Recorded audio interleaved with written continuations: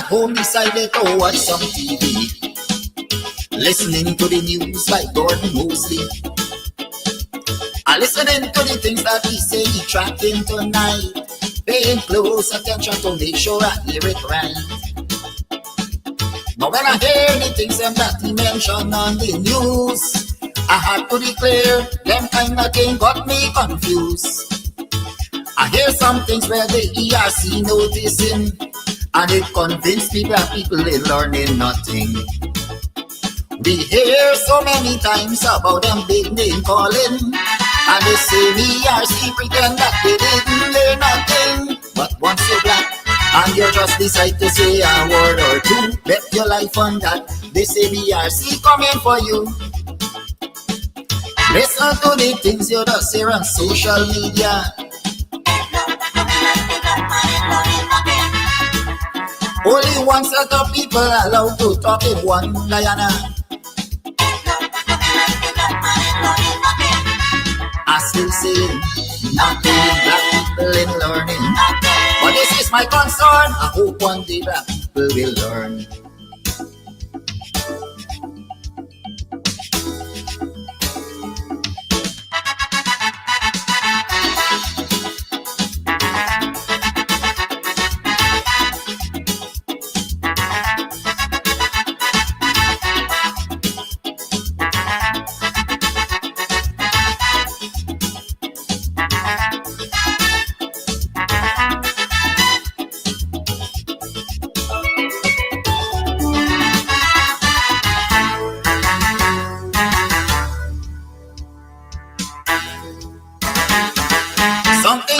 ERC that I would like to know, if any of its members happens to be black people.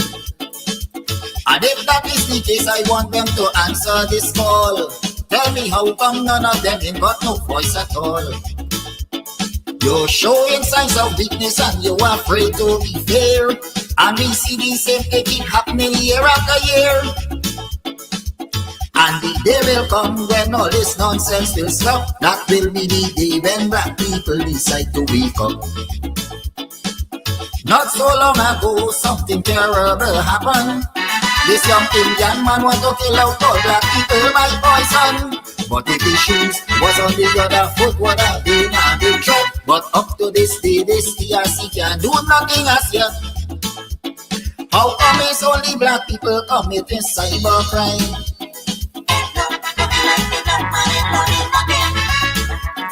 When pretty on social media busting people all the time, I still saying black people in learning. But one day will come when the entire table will turn.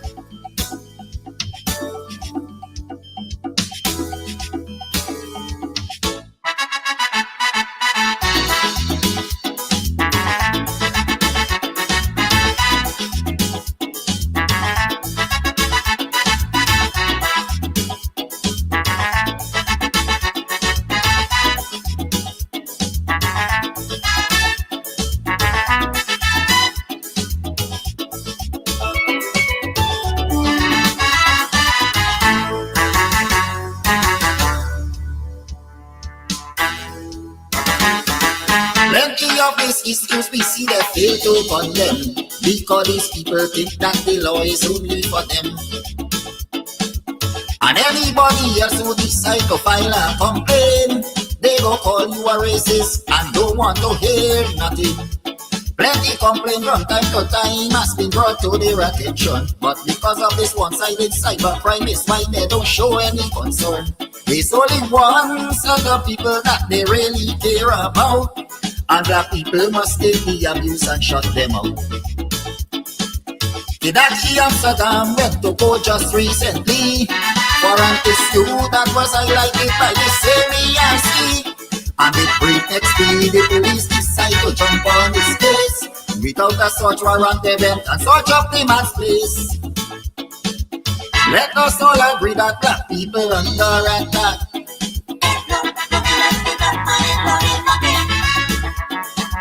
Different laws for you and me just because we black. I still singing. Black people in London. To all my black friends, we must put a stop to all this nonsense.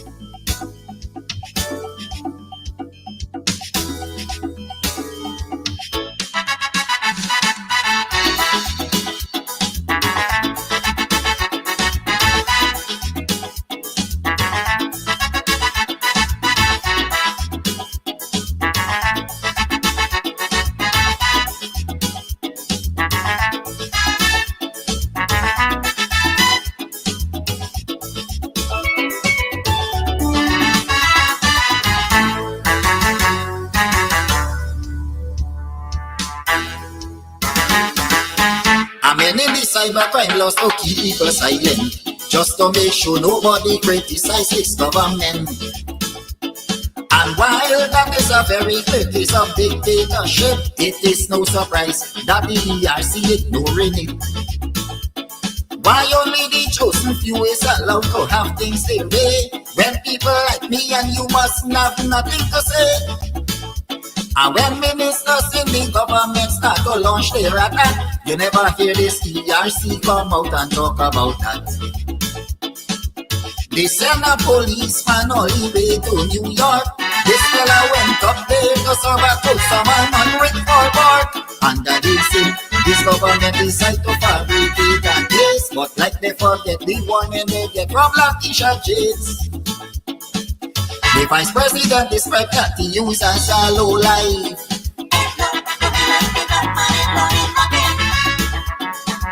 Because of this kind of abuse, he don't have a wife. I still singing. Black people in learning. Just the other day, I hope your man see help is on the way.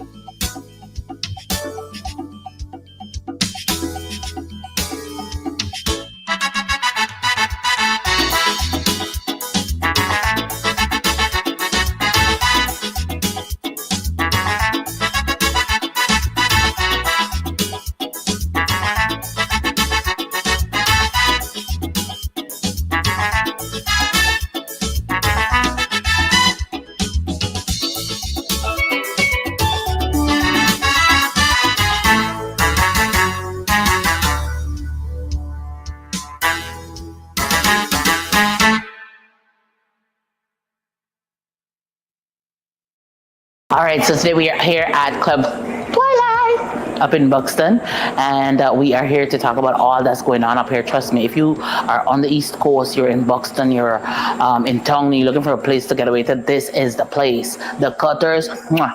Listen, I'll be having some just now again. We'll talk about that. And then, of course, the ambience is beautiful, fully air conditioned. The decor is on point, the music's on point, everything's on point. It's just me, I need some work, but everything else that belongs to this club here is on point. So if you want to find a nice little place where you can just drive out of town and have some drinks, have some food, you can call, you can order your stuff and just take it. You don't have to stay. Or if you want to stay here, that's what's up. And of course, they have special events for Valentine's. You can rent a hall. You can rent a hall, honey. You can rent a hall for weddings, for birthday parties, to have a bash. I hope he edits that out. But you know, whatever it is, this is definitely the place to be. So it's on Sideline Dam. You definitely want to ensure that you check this place out. But it's on your to-do list. All right, on your to-do list. This is definitely the place to check out, you know, a really cool, chill spot here in Buxton. I like this. This is, Buxton needed this. We needed this. I needed this. You definitely needed too. Thank you. All right, so you might be wondering where we are. Still in Buxton at Club Twilight. That's where we are. So Club Twilight also has like an Airbnb as well. So you could come, drink, drunk, and come in the back here and lie down. Look at that. Look at that. Perfection. And the people come in the room and so on. The bed sheet matching the blind, matching the carpet, matching the this, matching the that. We know but we things in Buxton don't play with we. So definitely, if you want to come and you may be having a wedding or whatever, and you just want to overnight and just have a good time because you're gonna be drunk, we got too much road accidents. So you definitely want to come drink, have a good time. They have several rooms that you can rent. You have your toilet, you have your bath, you have your sink, you have your dining area, you have the this is nice. I like it.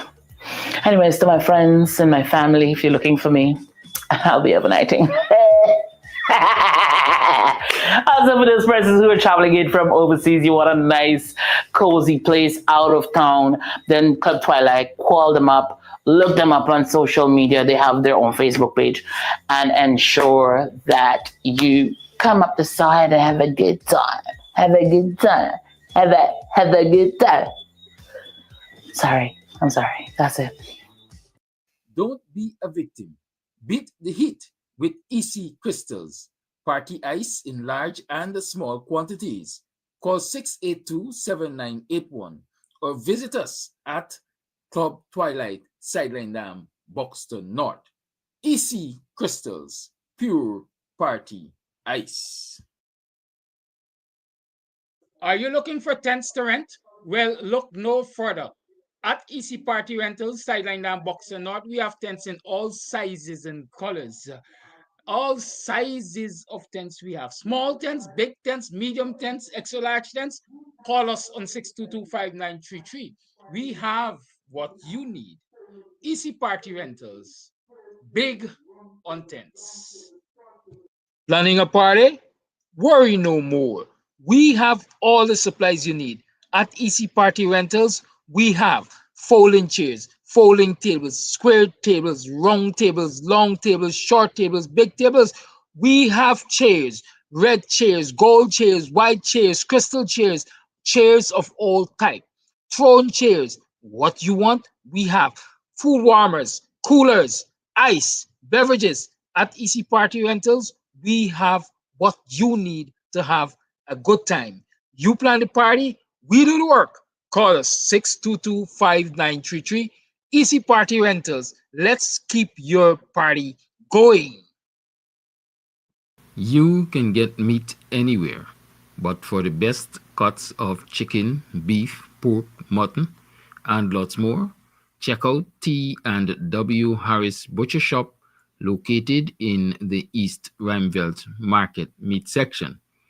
Call us on 609-7168, 641-4494. Ask for Rastaman.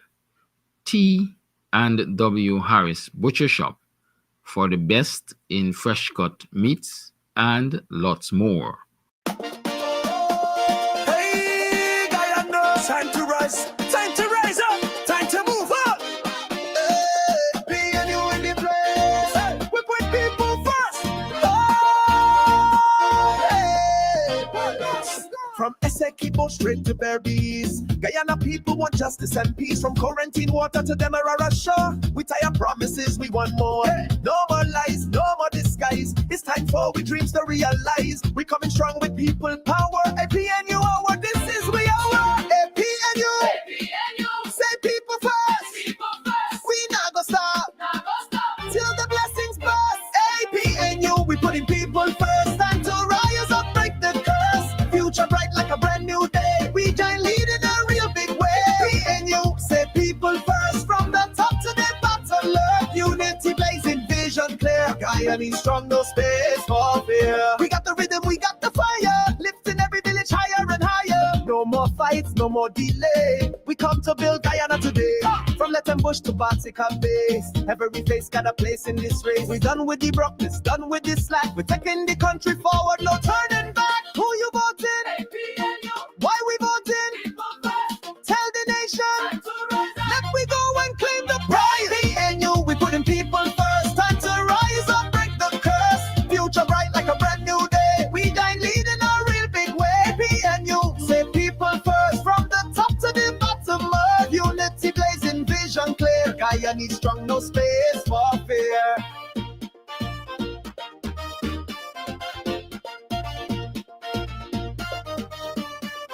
Every youth, every elder stand tall. This Guyana belong to us all. From the market woman to the king cutter hand, we building up this blessed land. APNU got the plan, got the drive. Putting people first, keeping up alive. So wind up, jump up, move with pride. We waving them flag nationwide. Say, are you ready? Are you ready? Say, we go vote. Say, APNU. People first. APNU, we putting people first. Time to rise up, break the curse. Future bright like a brand new day. We giant lead in a real big way. APNU, say people first. From the top to the bottom up. Unity blazing, vision clear. Guyanese strong, no space for fear. We outside in sun and rain. We putting people first again. APNU, we lead the line. Time for Guyana to rise and shine. I can't take it no more. I can't take it no more. Can't take it no more. Imagine 18 hours of blackout and you're telling people progress. Cost of living gone up 100%, yet you give public servant less. Mr. President, listen to the people. Search your soul and you will confess. I want you try surviving on the public face, then you're gonna know but stress. Cause I done fed up, you done fed up, he done fed up, she done fed up, we done fed up, the people fed up. You're hiding corruption inside the cup, look how we will set up. The people fed up. They don't drive no fear in the citizen. They may want the people speak out. Freedom of speech done gone inside the gutter. Knock off when you open your mouth. Discrimination in entertainment. And you're talking about Guyana. Mighty shadow there for your morning. I am morning. Welcome to another program of Guyanese Morning Time. It is the 11th day of July in the year 2025. Yes. I'm getting there. And I'm grateful to be getting there. Tomorrow is my birthday anniversary, you know. This is why I in a kind of mood, you know. It's a mixture of moods. I'm happy to be getting there.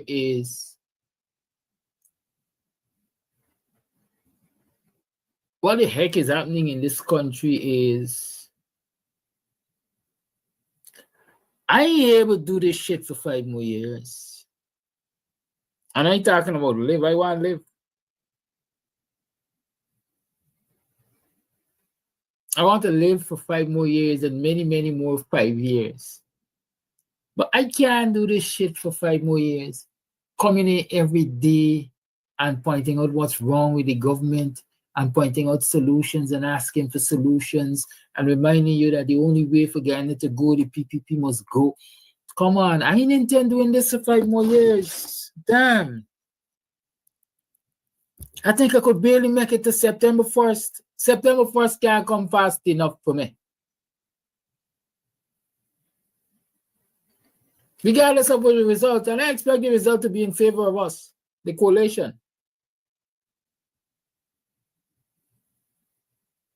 But let come and done, let me know what it's going to be. If we got to back up and done, let back up and done. Don't make suspense, man. How have you been? How was it yesterday? How was it last night? How did you wake or awake this morning? What are your sentiments? What is your mood like? What were you able to achieve yesterday? Smart goals? Did you set them? And if you set them, have you crafted the plan as how to achieve them? And if you crafted the plan as how to achieve them, how are you getting along? Tell me. I want to know. I want to know. I really want to know. Yeah, I could tell me, you know. It's Free Talk Friday. Yes, it is Free Talk Friday. In case you all didn't realize, it's Free Talk Friday. And we got enough things to talk about, you know. We have a whole lot of things to talk about. Including what the PPP is doing with your money. So maybe you could start there, you know. I know what the PPP doing with your money. You know what the PPP is doing with the nation's money. Terence, tell your mother I say good morning. How's she doing? Ask your father for me. Why you didn't use a condom? Huh? Could you sort that out for me?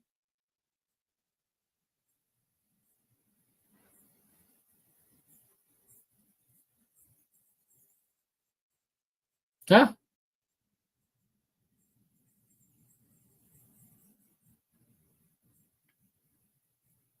Terence, tell your mother I said good morning and ask your father why you didn't use a condom. Because if they had done that, or even the coitus interruptus method,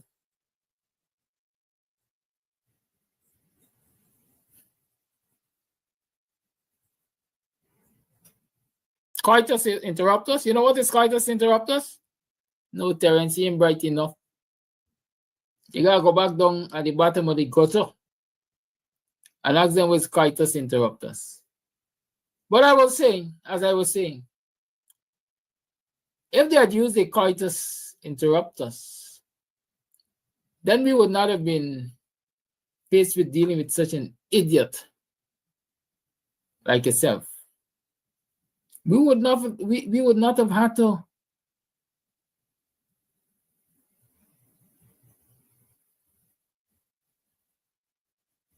be burdened by your presence. So I wonder if I could put you in and make you over. In the streets, they got a particular word we would have used instead of make.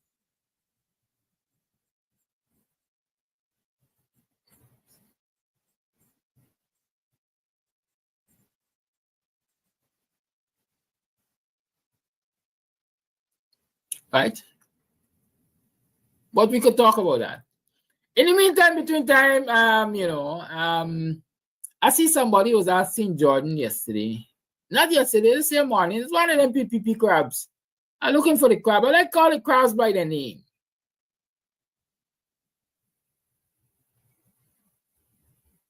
Right? I want to call it crabs by the name. This particular crab is asking, under which government the Petrocaribe collapsed? Under which government the Petrocaribe collapsed? I ain't finding the crab name, but I got the answer for the crab. And the crab could go back over by the PPP and find out. Under which government the Petrocaribe collapsed. Now, let me say this to you. I don't know if many of you understand or remember or know of the Petrocaribe. But the Petrocaribe deal was a deal that Venezuela made with Caribbean countries. Guyana is not Caribbean, but it is in the CARICOM thing. So Guyana is broadly considered a Caribbean country. So Venezuelan government said, listen, we are good neighbors, man. We want to be nice to you. We want your support against the U.S. because the U.S. is sanctioning us left, right, and center. And so we are going to make you all a deal. We are going to give you oil, as in fuel, gasolina, in exchange for commodities that you are manufacturing, you're producing. In Guyana, it was rice. I don't know what the other territories and countries. I didn't pay attention to them. I don't know what they're doing. But we are going to give you fuel at a reduced cost. And in exchange, we're going to take some of your products. In Ghana, we're going to take your rice. But the sweetheart part of the deal is, when we give you the fuel, you don't have to pay for it right away. You do not have to pay for it right away. As a matter of fact, the money that you will ask for this fuel, you will take it and invest in the well-being of your people. We ain't charging you no kind of interest. Small things, if anything at all. That was the Petro-Caribbean deal in essence. Right? Good. Across the Caribbean. But we're dealing with Guyana. This forecast under which government it collapsed.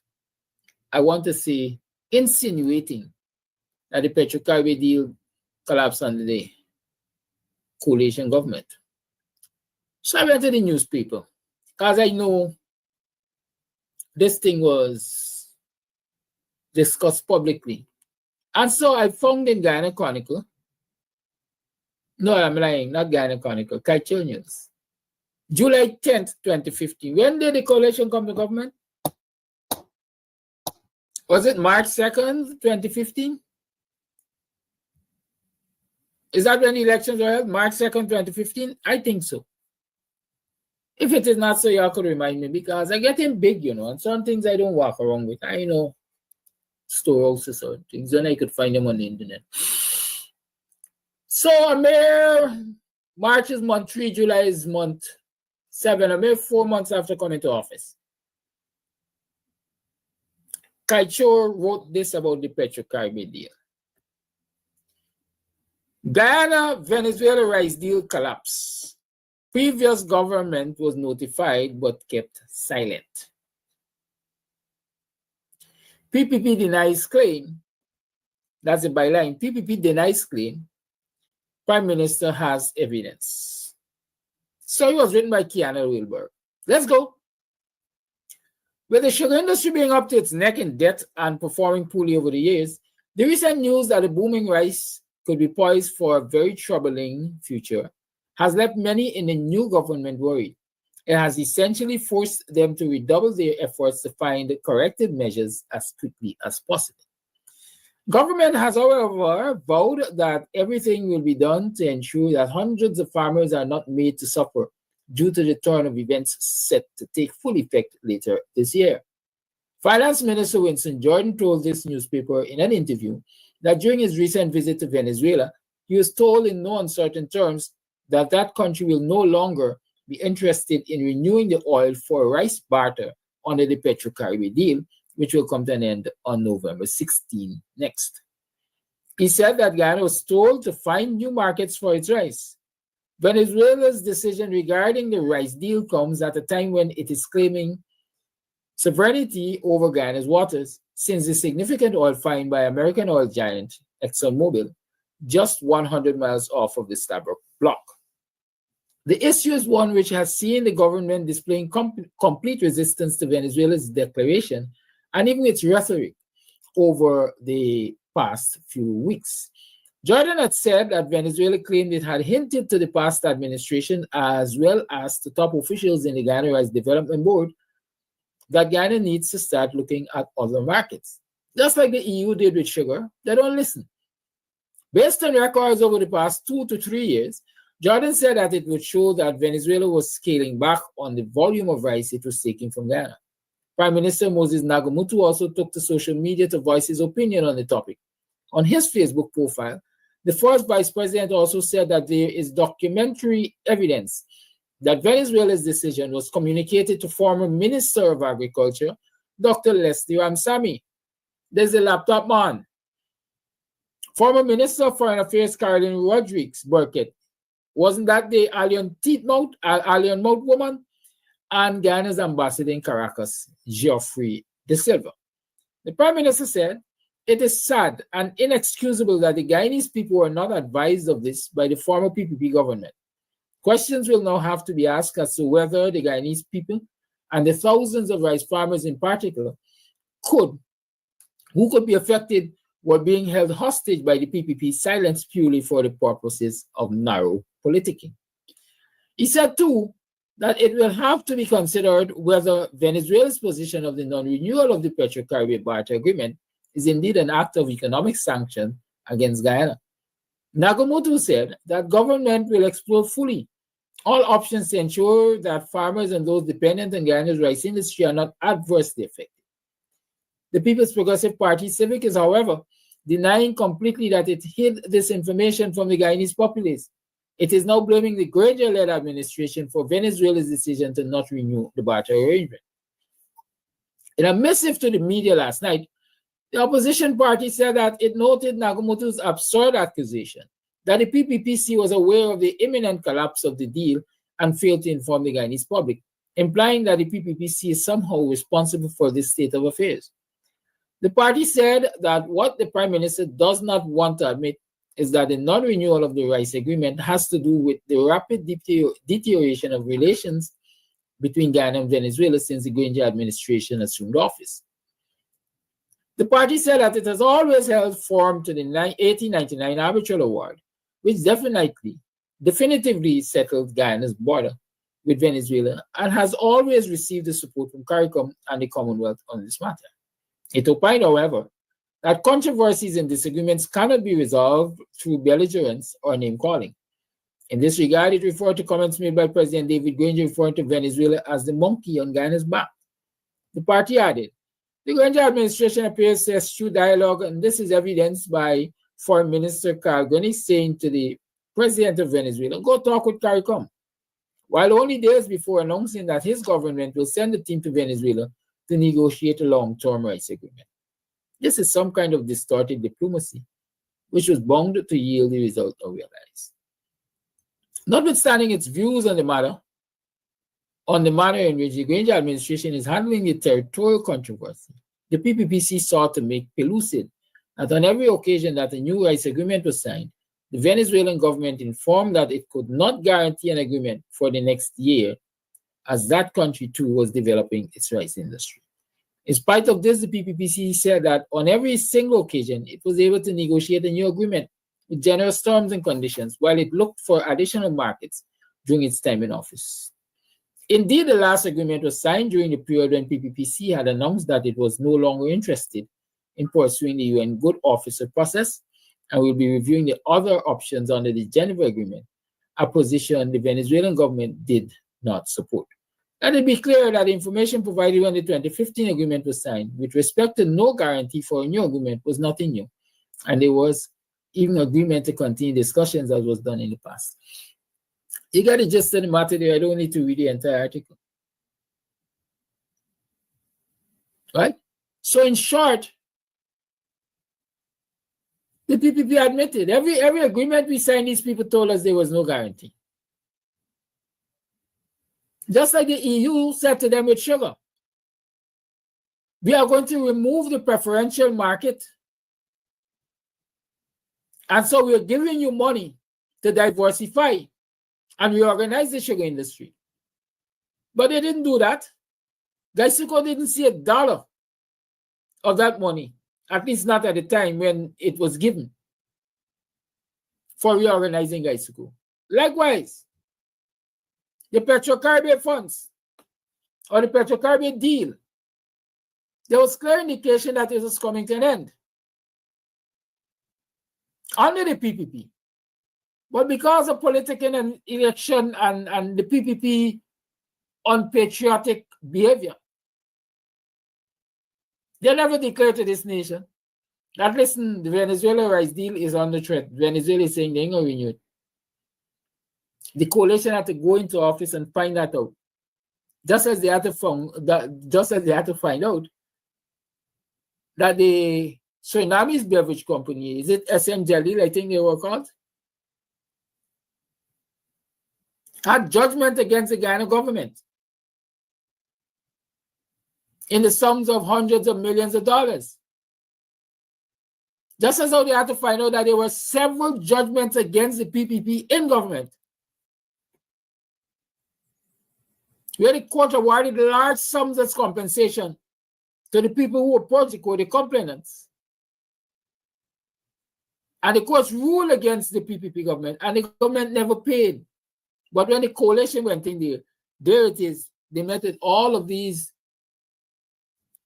long-standing, outstanding judgments that had to be paid, and the PPP didn't pay them, and so the coalition was now forced to pay them. I remember the famous case that was about to see Mr. Jordan committed to prison. It was one that the PPP left behind.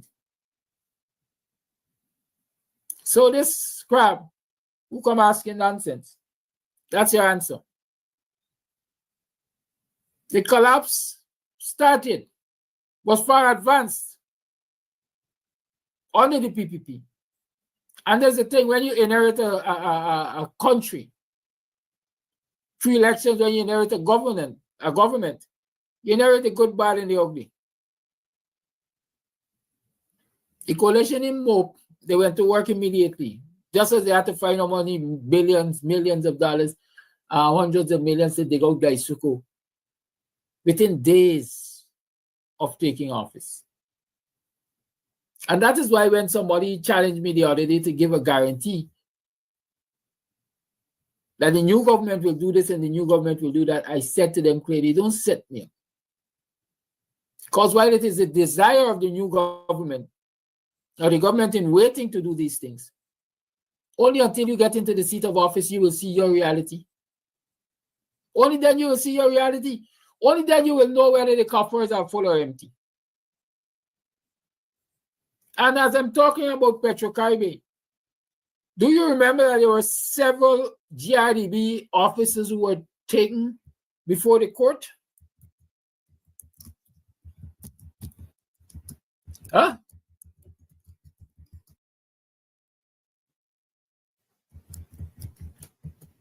Because for charges dismissed against GRDB officials, GRDB for a case against some former officials, for charges dismissed, PPP lawmaker, former GRDB official freed. Good. Right? Do you remember that several officers of the GRDB, I'll give me a minute. All right.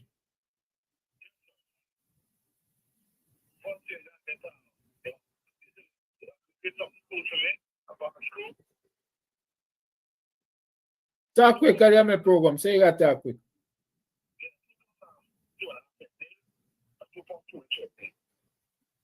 And why you didn't tell me when you left in yesterday?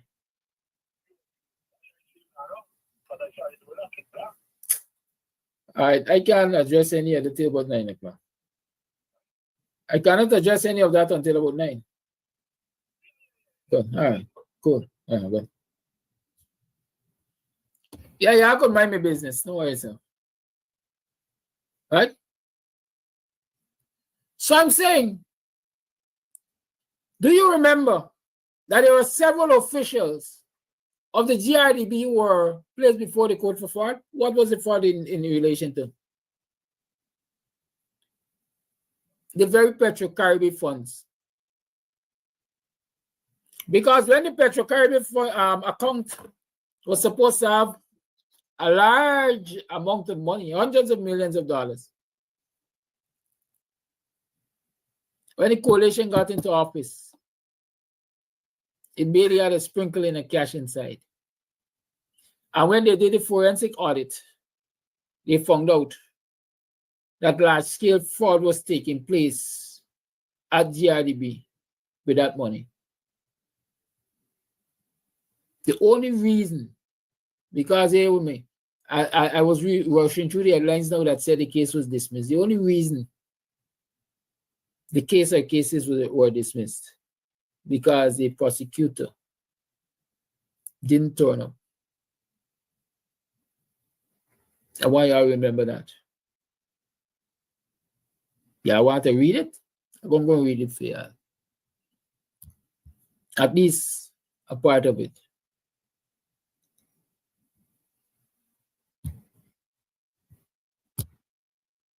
And then I'm going to give you all a further commentary on that. Charge former GRDB manager, Jagnarayan Singh. Charge former permanent secretary of Ministry of American Affairs, Nigel Dharam Lal. 2-inch. Charge General Secretary of Rice Producers Association, Dharam Kumar Siraj. You recognize all of these people? Charge permanent secretary of Finance Ministry of Agriculture, Prema Rup Narayan. Y'all remember them? Charge former Deputy General Manager, GRDB, Mohanlal Ramraj. Charge former General Manager of Guyana Oil Company, Badri Prasad. I want y'all to check and see how many of these are still in the PPP government or in the employ of the PPP government. And y'all don't realize birds of a feather flock together. No show of Soku prosecutor seized $362 million for charges being thrown out against 6 former GRDB officials. Y'all want to continue reading? The absence of Special Prosecutor Lawrence Harris has resulted in Senior Magistrate Leron Daly dismissing several fraud charges against 6 former high-ranking officials of the GUYANESE Development Board. The 6 officials charged were former General Manager of the GUYANESE Development Board. Again, all of them named just now, going back there. This afternoon, when the matter was called in the courtroom of Magistrate Daly, the court orderly summoned the special prosecutor. No one answered. This prompted Attorney at Law Anil Nandlal and Glenn Hanuman, who are representing the defendants, making a request for the matters to be dismissed. The lawyers stressed the fact that apart from today, the special prosecutor has been absent from court on several other occasions. The magistrate, after listening to the lawyers, dismissed all the matters against the defendants on the basis of want of prosecution. The charges allege that between January 1 and December 31, 2012, with intent to defraud, they omitted or concurred to be omitted $77.3 million from the general ledger of the GRDB's Republic Bank account. Similarly, between January 1 and December 31 of the years 2013, 2014, and 2015, with intent to defraud the entity, they omitted or concurred to be omitted from the said Republic Bank account $9.7 million, $130 million, and $145 million for the 3 respective years. The defendants were all out on $500,000 bail, each pending the hearing and determination of the trial. GRDB is the authority charged with overseeing the rice industry throughout the country.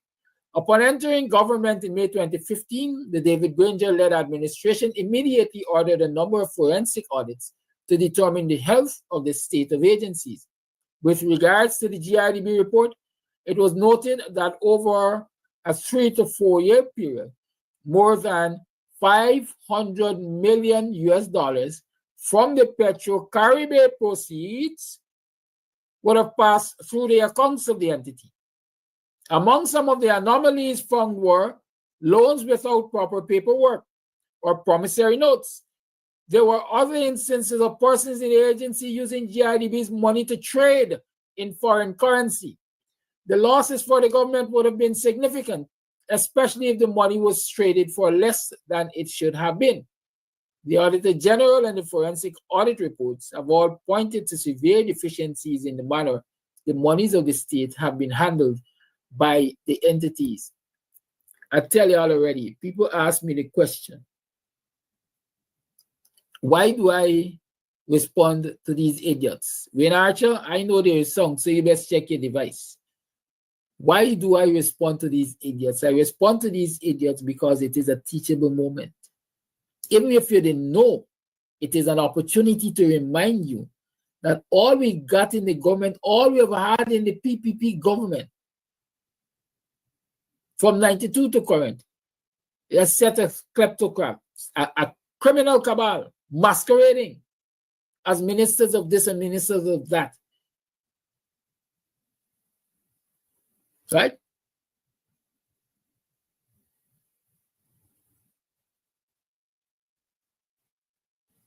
Wayne Archer?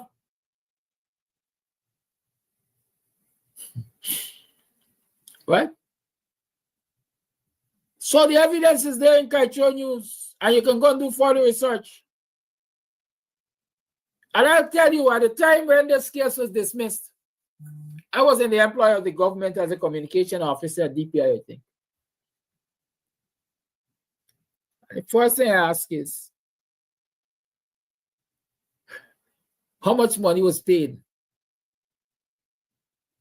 to he who did not turn up?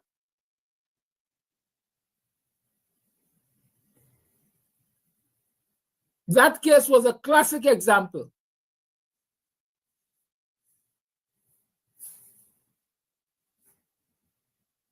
of how and why the Granger administration was not able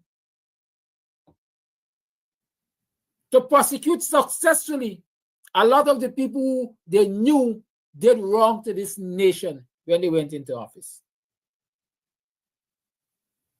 Because while the PPP was removed from government, the PPP enablers were not removed. A lot of middle-level managers and even high-level managers across this country remained in the service of the PPP when the coalition was in office. How else was the 1994 charges able to be dragged out so long in court, so many years?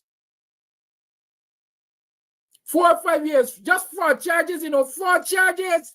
This is not murder case that you gotta get jury and all of that. This is a fraud charge, or these are fraud charges. How did it take 4 or 5 years before? How was it allowed to drag out like that? Because the powers that be were bent on ensuring that Ali didn't face justice. The law book case was responsible for prosecutions, man, not the DPP. And the Office of Prosecutors General, whatever they call it. You're telling me that these cases couldn't be called earlier than they were called, or more frequent than they were called?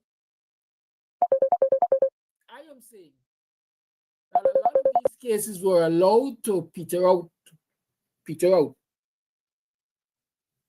go through the years with the hope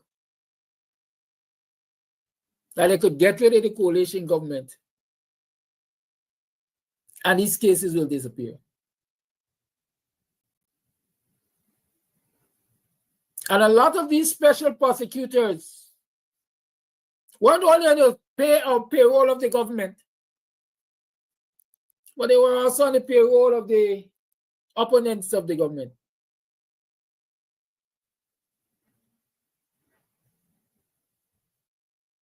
And so as far as I'm concerned, that was a clear-cut case. All of them should have seen jail. How did they escape that? Prosecutor didn't turn up, the special prosecutor. If I'm not lying, the excuse given, I hope I'm not confusing that special prosecutor with another, was that the Attorney General's office, which was responsible for paying him, did not pay him. And he had said to them, if y'all don't pay me, I ain't going to court.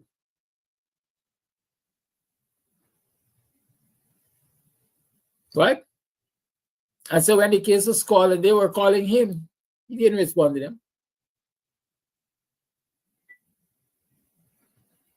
Dennis McKenzie, let's not mix up the matter. At the time, and it wasn't AG, he was, all of them were on the opposition bench when that case was dismissed.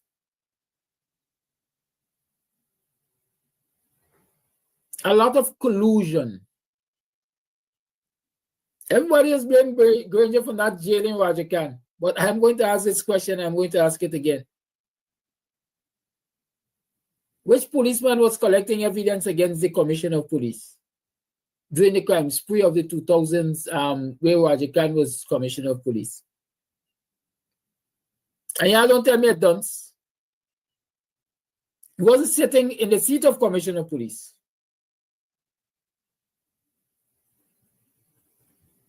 But he was Commissioner of Police. Just like it is alleged, Amir Ahmad, no? Yes, just like it is alleged, Amir Ahmad is Commissioner of Police. He instructs police. He controls police behavior and action. And so I'm asking, where was the evidence coming from to prosecute Roger Khan? When at the time of the crime spree, the police were working for Roger Khan.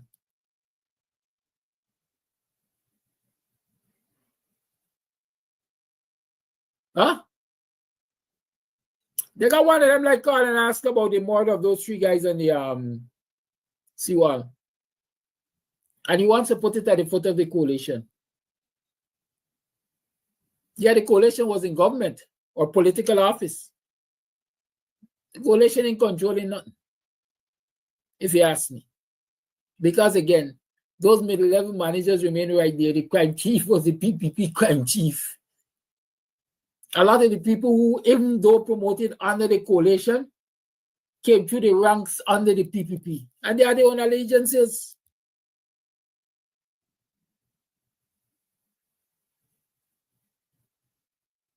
Man in the street will tell you that murder resulted from bad business among police and thieves.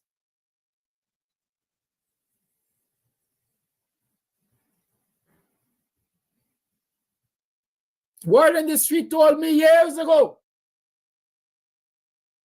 that the crime scene investigator said to his superiors, based on the evidence I see on the gun, as murder. And once I write the report, people are going to go to jail. You know what they did to that rank? Immediate transfer. In fact, it wasn't even immediate transfer. His life came under threat and he disappeared. And they searched long and hard for all at his relatives' home and so on and so forth and so on. I guess eventually he decided he never run no more. And he went back to his job. Immediate transfer. According to one of my sources, God rest the dead, he was given a rank and told to shut up. Never talk about the story again. Submit every single piece of evidence that you collect to this office. You think the coalition in government come September 1st could go and find any records on that investigation? When bond must be done bury?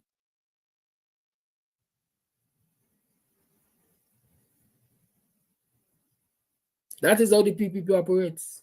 And that is how they operated. So we are seeing a lot of glaring crimes being committed under the PPP.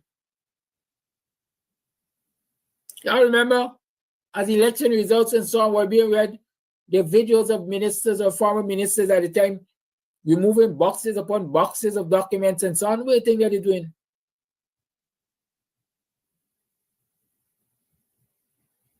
Francine, I think you're missing the boat. He could still be charged. There is no statute of limitation. On what evidence you're going to prosecute and successfully prosecute him? I'm asking that question.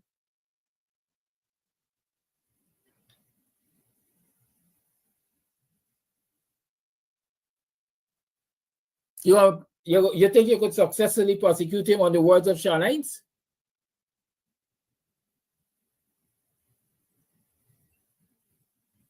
I don't think so. It will take more than that.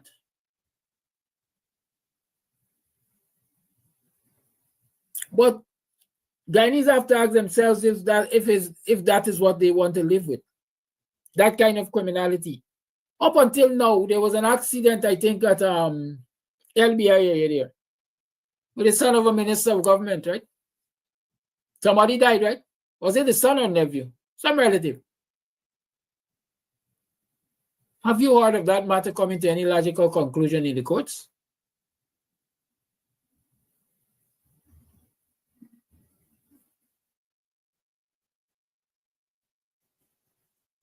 Huh? Now talk to me. We have to deal with reality. We have to deal with reality.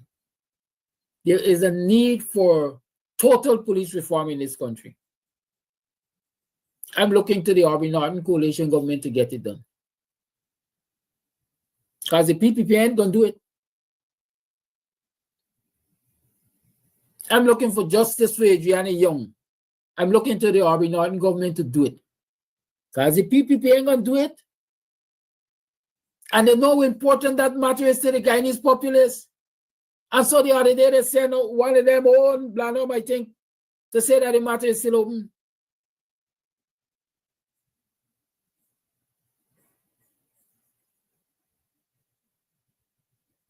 To try to kerfuffle we.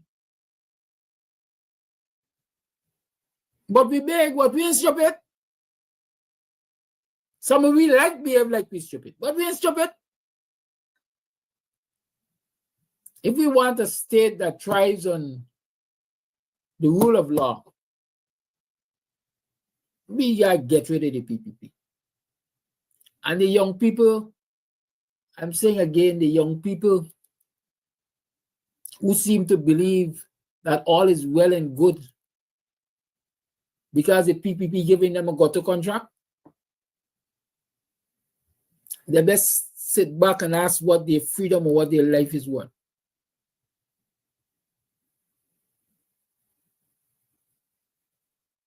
The young people who tell themselves, according to Azruddin Mohammed, he doesn't need anything.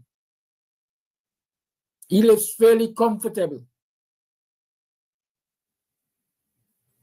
The young people who believe that, sit back and ask yourself,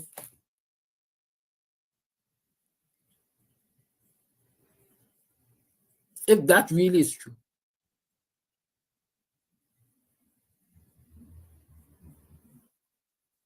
Maslow's hierarchy of needs tells me that when you go through all the different levels and you reach your self-actualization, even then you don't want to stop achieving.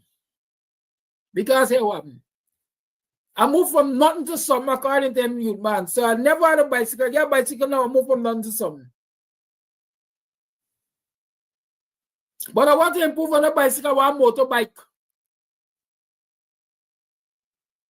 And for motorbike, I want a car. I might get one of them low level, affordable thing. Second hand perhaps. From that second hand, I want a new one. And then I want a new model. And if Azruddin was satisfied with his status or his achievement or his comfort living, you think he was going to compromise himself by calling Ali and Jagdio and ask them to collude with him to pay allegedly less duties than was to be paid on the Lamborghini?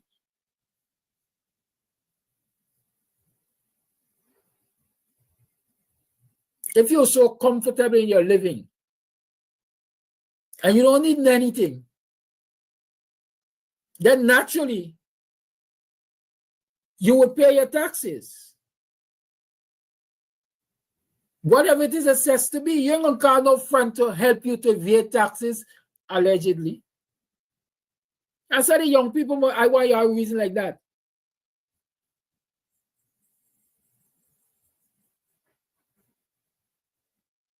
Who do you think? Azruddin want to stop at a Lamborghini? Look at Elon Musk. He's in space now. You don't think Azruddin want to be in space too?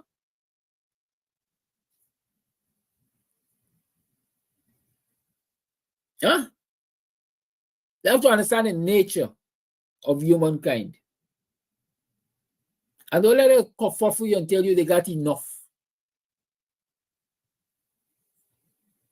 They never got enough. You know, sometimes I just comfort myself and say, listen, Amsterdam, there's one thing you must accept in this life. Politicians can steal. They put them in positions, they can steal.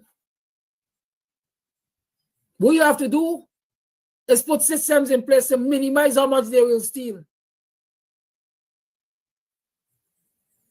Or make a conscious decision in your head that, hey, all of them going to steal, but this set going to steal less than that set. And even if stealing this set will consider our needs and our wants as against the other set that only consider themselves.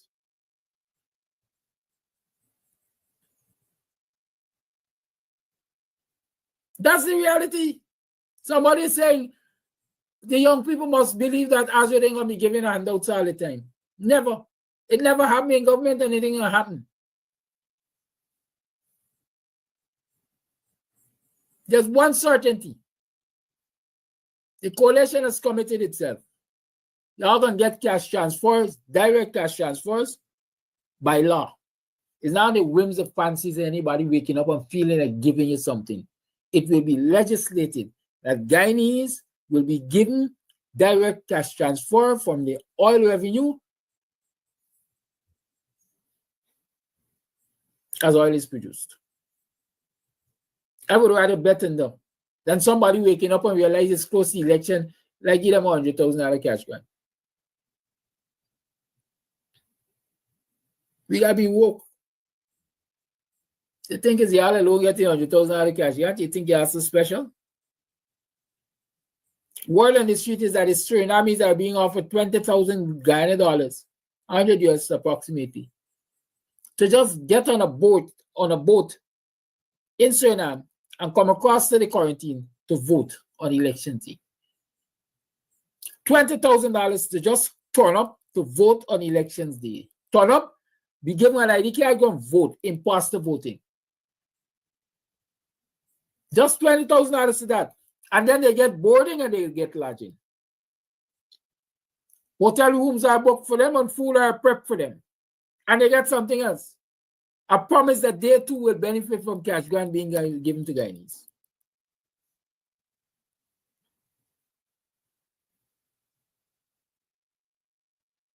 That is how confident the PPP is of winning elections.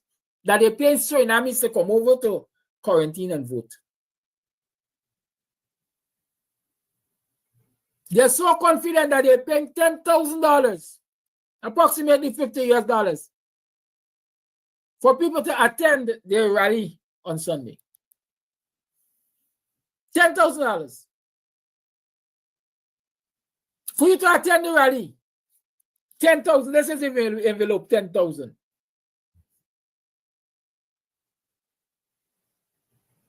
The 10-day workers are balling. They're balling. And sometimes I want to cost them, but then at the same time, you know, people got needs. And you got to understand the difficulties. They've been coerced. If you don't turn up at the rally, if we don't see you at the rally, you out like so. All of y'all will get y'all little gutter contracts. If truth be told, y'all tell the truth.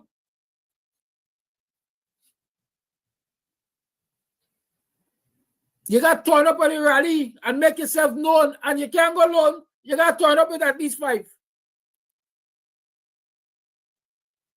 That is what the contracts that were given out to Buxton and so on. Those are preconditions.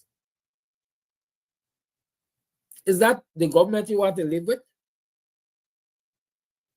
They always coerce you.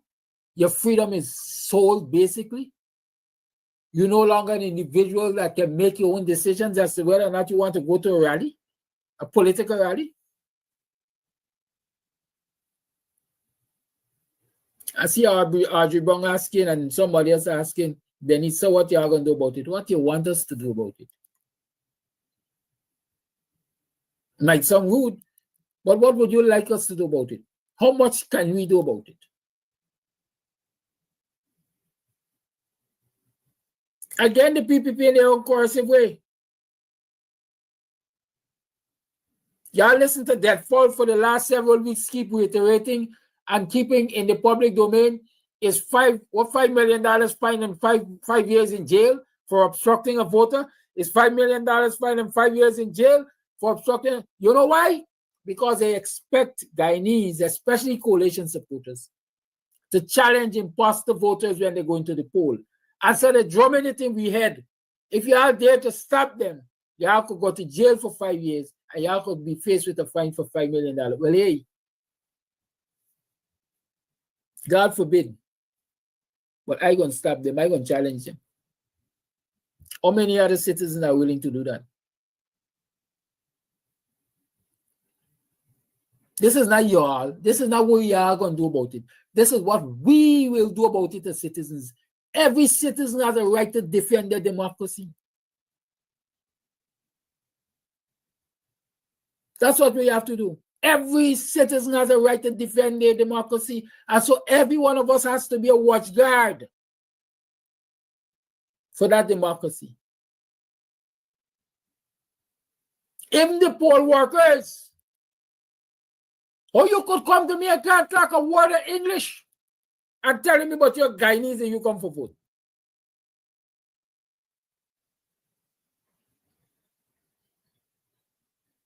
But Guyanese have to grow a conscience. You have to grow a conscience that says patriotism and nationalism must trump all.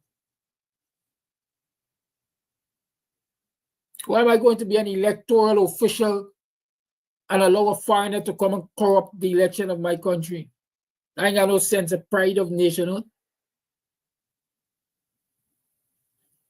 But the PPP is so confident of winning the election that is why they're spending our oil money to bribe and corrupt people to go in. I see the new fad in town. They got 3 big buses. I don't know how you 3 big vehicles like the yellow buses. Y'all remember the yellow buses? With the truck front and so on. Driving around the city yesterday with LCD screens on them, advertising the PPP rally and what else. Once somebody check with Station and the rest of them at GRA and tell us who the importers of those vehicles are, number one. Number two, how much duties were paid on them. Because I know they ain't cheap. And because they ain't cheap, the duties in a little bit. But I guarantee you, they pay nothing or next to nothing. The lines are open. 6225933 is the number to call. I didn't intend talking so long, but y'all tickle me. 6225933 is the number to call. Tomorrow is my birthday. Let me start celebrating today. So all those of you who want to buy a case of beer, a case of Guinness, and so on and so forth, start sending you things. I'm going to put up the cash app information. Here is our early morning friend. They put it for call first. And I'm going to accept it call.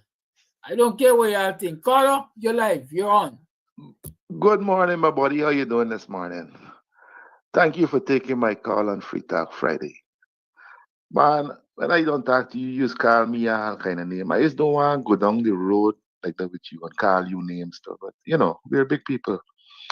So a couple of minutes ago, you were mentioning that the people be paying and threatening people to vote to help your cause.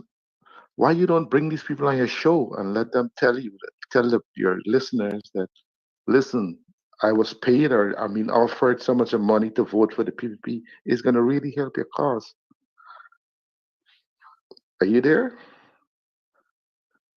You see why that's got for call you all kind of name, including jackass? Yeah, I could. I'm going to tell you why. You asked me to respond to you. Let me respond. You know, that's why let's call you all kind of name, because you're a very simplistic person in your reasoning. Now the PPP is already coercing me and telling me if I don't turn up at the rally, I ain't get no contract forget, or I ain't get no future contract forget. You think I want to go on any television program for them to know that I'm giving out this information? Then I certainly ain't getting nothing. Mr. Amsterdam, you're on a national program this morning. You're reaching out to your supporters. Show them that this is what's going on in the country. This is what the PPP is doing. Show them. You need to convince your voters. You understand me? Anxiety, don't make a corrupt my salvation. We can call you names there. I never like it. Well, I ask you proper questions. Like I'm telling you, bring the people on your show. I answer you already, right? Answer you already. You got another question? Good morning, Mr. Amsterdam. You have a birthday. Go along and drink your soup, man. No, man. I don't drink soup. Let me tell you something. You see where I'm in my life, I'm comfortable. Yeah, at the expense of the citizens of this nation. That's the problem I got with y'all. I am comfortable. Bye, hey, Galang, don't make a lose my salvation this morning. I ain't even know if I got any. Listen, you know this bull. This is what aggravates me. This thing that's boiling my blood.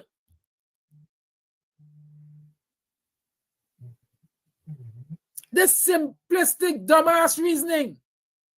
You are telling me that people are already threatened. Gonna come on any program to highlight that they're being threatened? Listen, everybody's not Kidaki Amsterdam. I'm calling you on. Good morning. Hi, good morning, Mr. Amsterdam, and good morning to all our listeners. I don't know where's entertain the cross first thing in the morning. Let me for last or second to last. I like you for you all day. But anyhow, we get the cross free and Jesus' blood to sprinkle upon me. However, what you say, these people, the PPP is doing, yes, they are doing it. They're threatening people to come out to the rally, especially them workers who get in the fire, the how or whatever, where they give them the little chicken feed money, where they give them, they threaten them, they have to come out to the rally. But however, time will tell. Going to the rally doesn't mean nothing. They could get 50 million thousand people on the rally, and when they come, we're gonna know where the X is going. But all we have to do as scrutineers and office clerk got to be very vigilant. And we got to encourage our people to remember that this is no time for nonsense. This is not a Dolly House election. It's serious and our future is at risk. Also, our children's future and our children's future. So we have to put our X where it's supposed to be, the coalition, APNU, WPA. So my fellow Guyanese, young people, and we got to keep educating our young people because as you did say yesterday, some of them say, no, them I know nothing but this year and that year. We got to let them know, but no time. Let's encourage our young people who know to encourage them about what is going on. Because not all that glitters is gold. Some they're running behind Muhammad because he could give them 5,000 or 10,000. He could give them a little stupidness just because he want to make back the money. But a vote for him is a vote for the PPP. Because until now, I hasn't heard he come and condemn the PPP about this voters list. He's very quiet, and I wondering why. Because if he want to win his election, he should supposed to be putting some of his energy again towards the voters list, but he's not doing it. So that speaks volume. So my people, remember, come election, the X is the coalition, WPA, the other coalition parties, but the most focus is WPA and APNU all the way with Arbin Norton. Thank you. Thank you for your call. Hey, Francine, don't get funny with me, girl. Good. My birthday is celebrated once a year for 1 month. Yeah? Once a year for 1 month. I'm July born. No secret there. I was born the 12th of July. Y'all know them by now. And so my birthday is celebrated 2 weeks before and 2 weeks after. Y'all got a problem, Take it to the bank. But in the meantime, well, last year I made a contribution to this program. Call you on. Good morning. Hi, good morning, sir. You're talking about the could I talk now or could I continue? Call you on. Good morning. Yeah. Okay, good. Thanks. Yes. Yeah, you're talking about these five the Guyana Rice Board officials who got the charges, who were charged and got the charges dropped. And then you wanted to know what's up with what have happened to the prosecutor. That's a question that's a question that should have been answered a long time ago. The thing is that this prosecutor, because his or her responsibility was to be there to represent whatever charges they were bringing against these people, right? And they go against the jurisprudence. This person should be found. This prosecutor should be found and should be thoroughly investigated. They should be squeezed so hard, so tight, that they should have been calling names that they don't even know. And that was the problem with Granger administration. I mean, you may want to differ, right? That there were other situations that would cause this person, cause the government at the day not to bring charges against this prosecutor. But I do think that the evidence was there, and this person should have been found, sought after, and found, and forced to speak the truth and do the right thing, because there's such a thing as, like I said, jurisprudence, in where the officers of the court need to obey the norms and the laws of the court. And this person did not do that. And this is the situation that we have in this country, in where this corruption is so rampant that anybody could be paid, right? A judge could be paid. And I say going forward, this government, the new government, the incoming government, they have a lot to do in regards to that. And I would suggest that in many cases, like investigations like this here, like that, and many more investigations that I see that forthcoming in regards to all these monies that are missing with all these contracts that are given out and so on, I do think that the future government should outsource some of this work, some of the investigative work. They should get investigators from other countries, not people over here who are known that could be actually paid.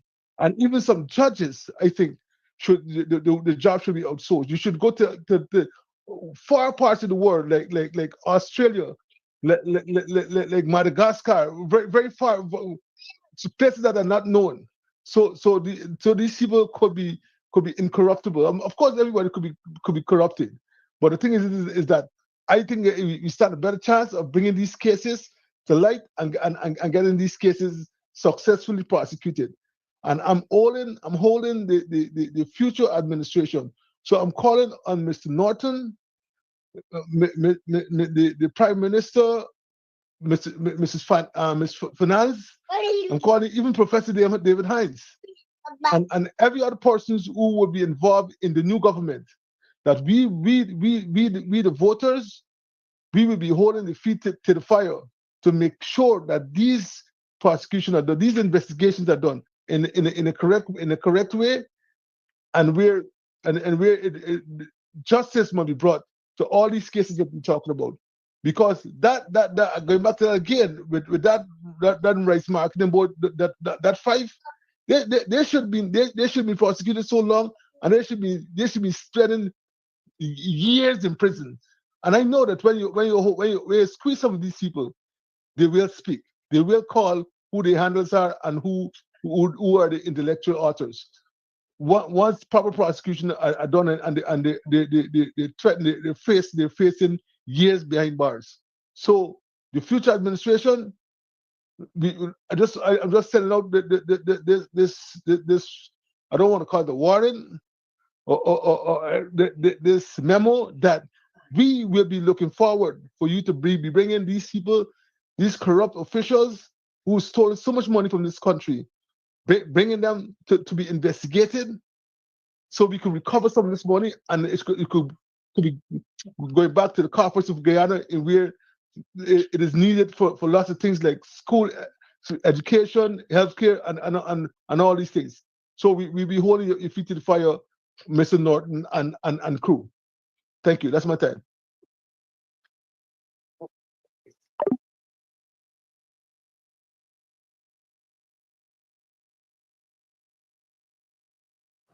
Good morning, Miss Amsterdam. Good morning, listeners. Hi.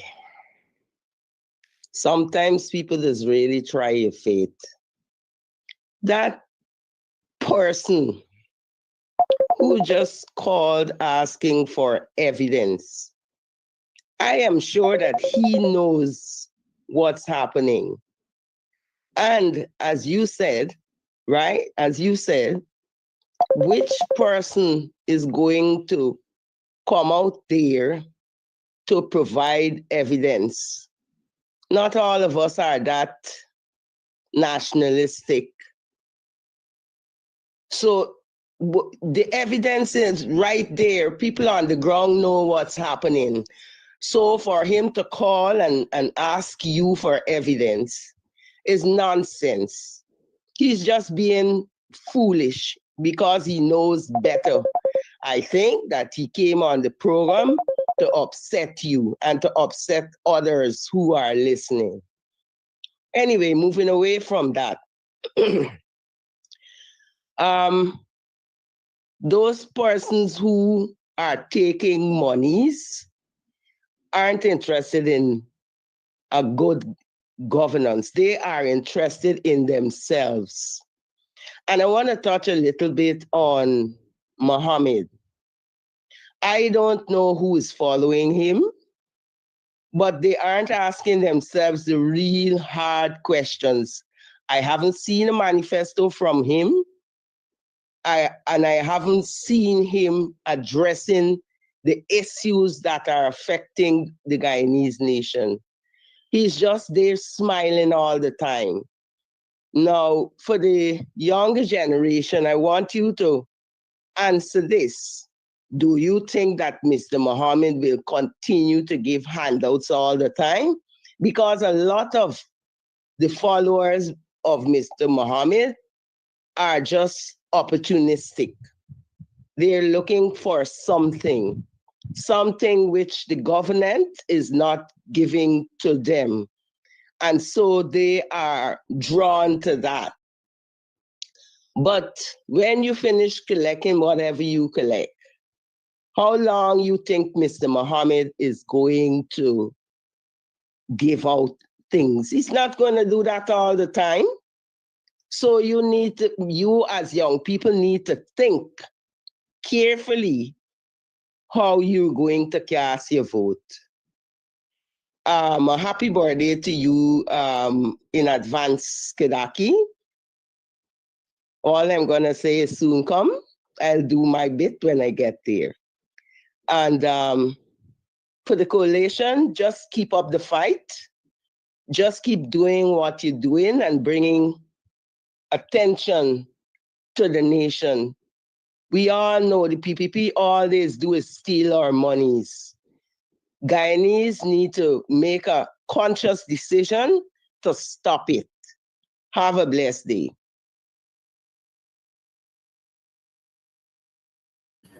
Thank you for that voice note.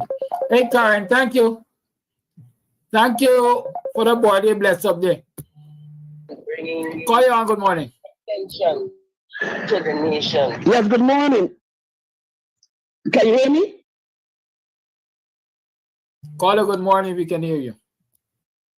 Yes, good morning to you and happy birthday to you, and may you live to see many more and enjoy your family. And let me remind you, when you're old, you're old. When you're young, you're young. It's not me plate, it's you plate. Anyway, move on. My message today is to continue Mr. David Hine's words. Do not waste your vote. Young people, do not waste your vote.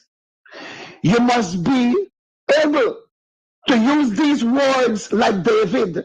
I was glad when they said, let me go into the house of the Lord, because of what David received. Now, if you waste your vote, you cannot receive nothing like David. I see this video, and it is set well with me, with the ambassador of United States of America. Listen to the words. United States of America represent love, unity, and support, but she's not doing that.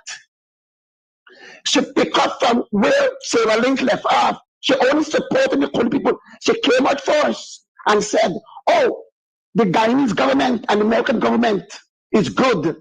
The Guyanese government spent billions of dollars.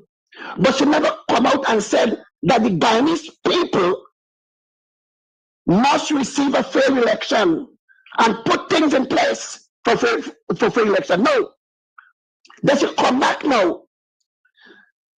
Jagdio traded police and soldiers under the bus. Now she come back and said she could bring in police from America for what? No other country don't answer that. Why Jagdio doing that? But this was mentioned and sealed when the official came. The general the state of when Rodeo come what every name, he and the Kodi government sit down and tell him plain that the black people them go on rise up when they lost and kill Kodi people. So that already paid for and mentioned. Just how them tell the guy, Secretary of State, yes, how Chinese man build a road. Young people, this man gonna kill you the next 5 years and you put him there. because we're in history that any government in Guyana, people bringing any police in Guyana for look up election. This government then is wicked. Wicked to black people because they want to keep black man quiet. And when they saw the election, black man will just go home and sleep and take it. Now, I should go and invite African police and to come and overlook our election too, vice versa. And let me see how it's going to play out. And then she said, Commissioner, the police asked for help. He said, the commissioner is doing dirty work for them, president and vice president. Police don't have the power to ask for more help. It's government official, either prime minister or president, have the power to ask for help when there is a emergency. There's not emergency. So why the hell she must come out and tell black man? You see, young people, what are you asking for gift? Happy birthday again. Enjoy your day tomorrow. Thank you for that call. Yes, thank you, Karen, and thank you, Alfred, for your blessings. And thank you for all those of you who are sending me birthday greetings. Well, y'all don't make it dry mouth. Well, y'all want to get dry mouth birthday. Well, I don't. Keep them calls coming. The lines remain home. 6225933 is the number to call. You tune to the Guyanese Morning Time. I am your host, Kidaki Amsa. I see some calls popping in and popping out. No fault of mine. I don't know what's happening. So y'all don't blame me.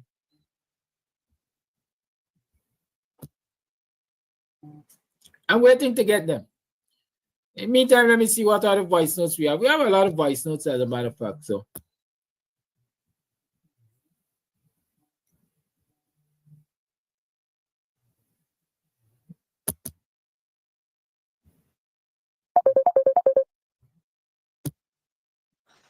Call you on. Good morning.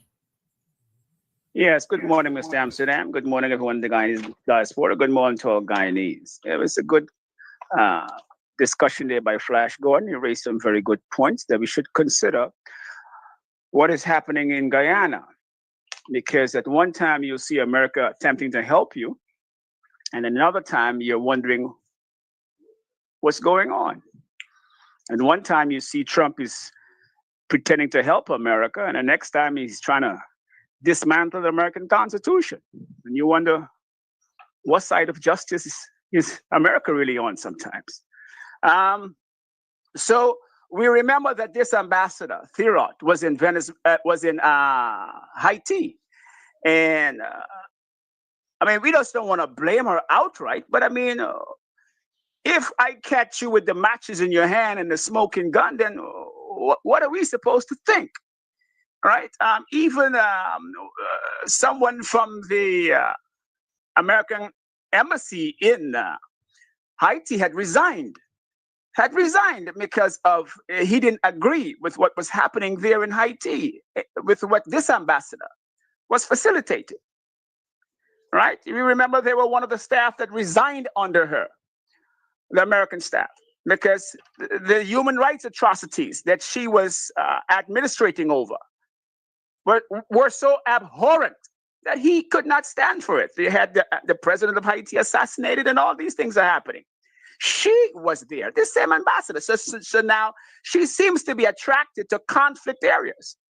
Everywhere she goes, there is nothing but destruction happens. So are they maneuvering Guyana? I don't know how she could be sitting there and not saying something about what Amir Ahmad is doing on the street with long guns, assault rifles. I mean, what is he doing on the street?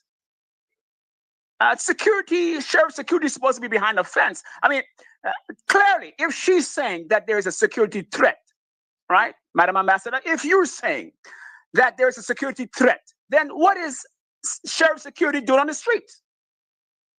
All right? I mean, so that flies in the face of what you're advocating. So it makes us really second guess your whole approach. If you're saying you're trying to have a good post-election and leading up to the election. And sheriff security is obviously out of their jurisdiction. Or do they have some new jurisdiction that we aren't being told about? Don't we have the right to know? So what is sheriff security doing on the road? Second point, yesterday, you mentioned this morning that former President Granger said that Venezuela is like a monkey on Guyana's back. When a monkey is on your back, it's like a drug habit. You can't get away. You know, the monkey is always influencing you to do things on the duress that you don't want to do. Why did President Granger say that with regards to Venezuela? How is Venezuela a monkey in our back? Right? I can see that, but maybe the people need to understand that. Mr. Winston Jordan talked about a lot of good things, and you this morning, Mr. Amsterdam, talked about fraud. I would like to ask Mr. Winston Jordan, with his expertise. Mr. Winston Jordan, if you could help us with regards to Guyana's public debt. If you could talk about Guyana's public debt from 1992 to 2015, right before you came in with the time of Ramatar, and how much of that debt percentage-wise was incurred by the PPP, all right? So the public debt and the public debt burden. Second thing, Mr. Jordan, how much of that public debt is owed by whom? Who owns? Who owns? Who is the owner of Guyana's public debt? Right? Because after a while, a country can't pay for the debt. Someone comes and purchases that debt. And then we are beholden to those investors who purchase Guyana's debt. So if someone is purchasing your debt, that means that your economic sovereignty is beholden to that person. Third point, Mr. Winston Jordan. Sometime in the 2000s, I remember that former President Jack Deal was a governor of either the IMF or the World Bank. I know for sure. And what I'm saying to Guyanese people, there is no way that Trump could be working for the World Bank at the same time he's president. There's no way Prince Charles could be doing that at the same time.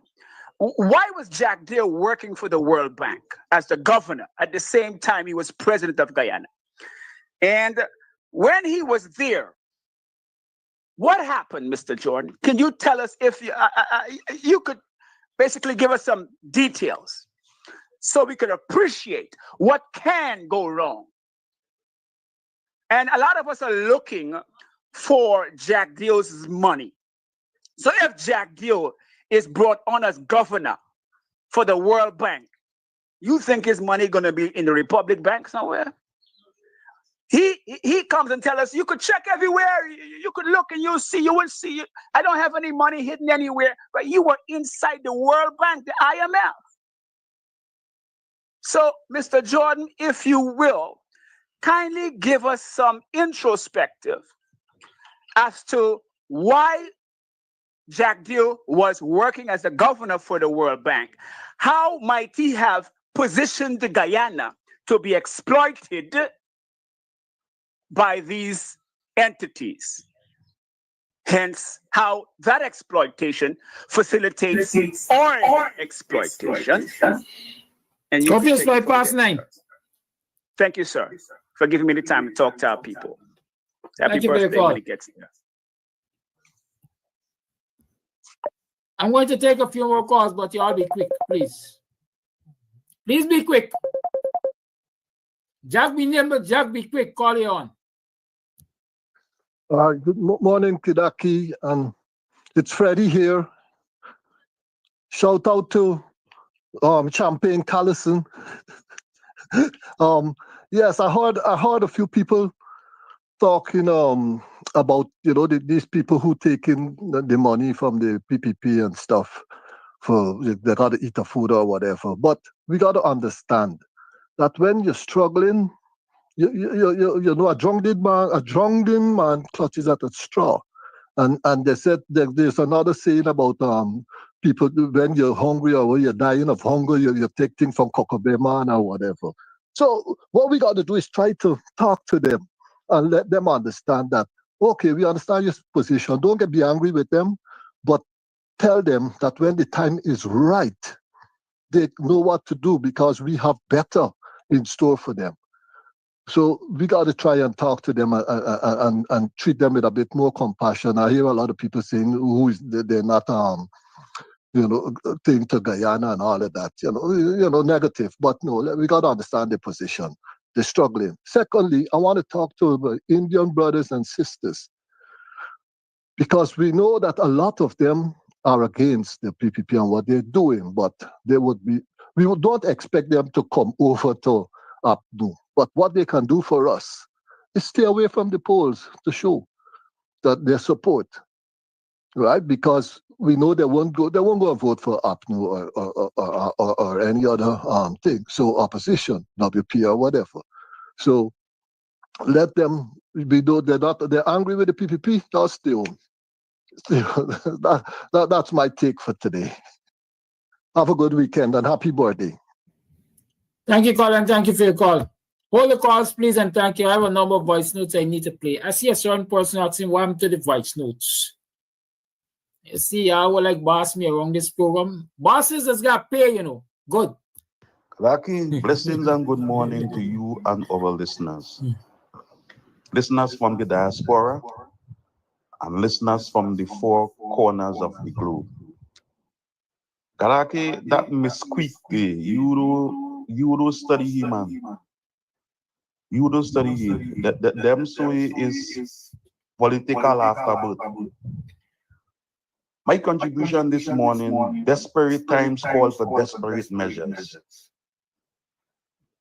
The PPP drummed in, so they're snatching at a straw. When you're in the ocean and you're drummed in, if a straw pass and you swing, you grab on it. Karaki, they could do what they want, they could see what they want, they could talk what they want. The PPP going down, and they are aware of that. They know that. This election, they can't win this. Because the message is already out there. They know that they are aware of that. And they know that they will lose. What the PPP trying right now is to save the ass from prison. They know they can't win, so they're doing all kind of things. If they could have get close to God, they might have taken money and tried to bribe him, but God is not a respecter of persons. You can't bribe him. I listened this man with the community conference yesterday. He talking about two black businessmen walk up in the office and he asking them how can he help them, and they turn and tell him that they want to contribute for what? To keep black people in poverty. Every black people know the PPP. They're trying their best to keep black people under subjection. It is not no secret. It open, and they feel that we dotish. They feel that we stupid. But Bharat, you'll get a shock of your life. You will get a shock of your life. And I know for sure, you're going straight to jail. Because you're out and listening. Morning, buddy. Morning, all right in Guyanese. Jolly length of the Scottish Republic of Guyana. Viewers and Borikidaki, kudos to Mr. Norton for what he have done last Sunday at the Square of the Revolution. Tell you about that guy. That guy is one of the most smartest brilliant politician they have in this country called Guyana. And I can't see the reason why white people don't like this man. White people don't rally around this man. It's not about liking him or not. It's about the things that the man doing. Oh my gosh, what more y'all want this man to do? What more y'all want this man to do? Come on, bro. Come on, bro. You see all those who leave the PNCR party. It's a big slap on your face.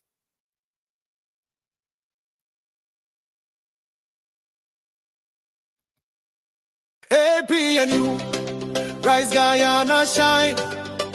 Together we build, now is the time. With Aubrey strong and heart so true, we're rising up. It's me and you, both AP and you. For justice, care, for every family, everywhere. For jobs, for schools, for brighter days. For youth and elders, better ways. Who you voting for? Who gon' lift you more? Who gon' care for all? Stand up tall and vote. AP and you, vote, vote, vote, vote. AP and you, vote, vote, vote, vote. AP and you, vote, vote, vote, vote. AP and you.